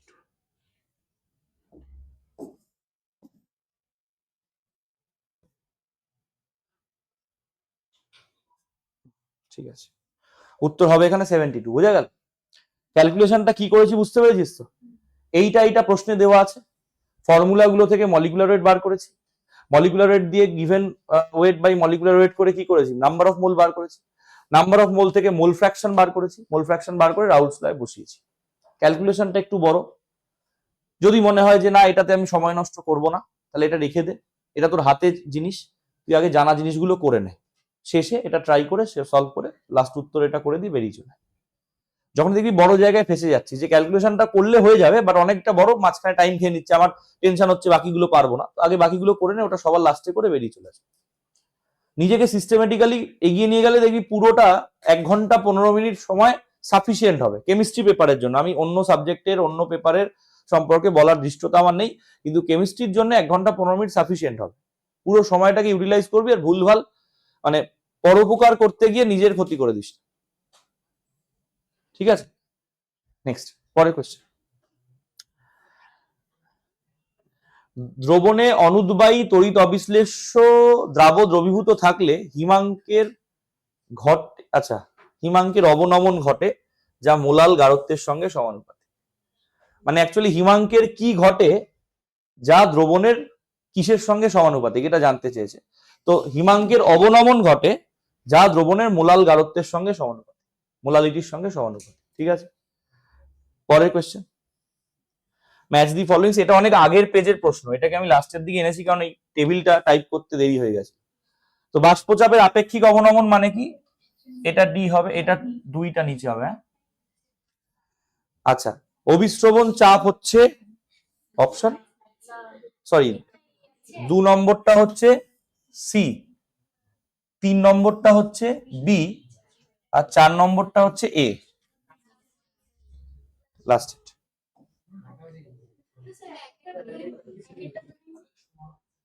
না, একেরটা ডি, দুয়েরটা না না এটা ভুল আছে, এটাই হবে তাহলে, এটাই হবে। এগুলো এত তাড়াহুড়ো করে এত পলিমার, অপশন সি হবে, ঠিক আছে, ঠিক আছে, বুঝে গেল। তো আজকে এই অবধি থাক, মোটামুটি 7-8টা পেজ আলোচনা হলো, বাকি পেজগুলো তোরা কর, আমি অন্য ব্যাচে করব, করে পাঠিয়ে দেবো, কিন্তু নিজেরা হাতে কর। এরপরে আবার নেক্সট বৃহস্পতিবারে তোদের পরীক্ষা তো নেই, রবিবারে আছে, তাহলে এক সপ্তাহ তোরা টাইম পাচ্ছিস, বৃহস্পতিবার অবধি তোরা সলিউশনটা পড়, বৃহস্পতিবার থেকে তোরা দরকার ওটা পড়বি। হ্যাঁ, পি ব্লক করবো, আগে একটু সলিউশনটা করে নি, এখন তো টাইম আছে পরীক্ষার মাঝে মাঝে, যে না বৃহস্পতিবার করাবো না।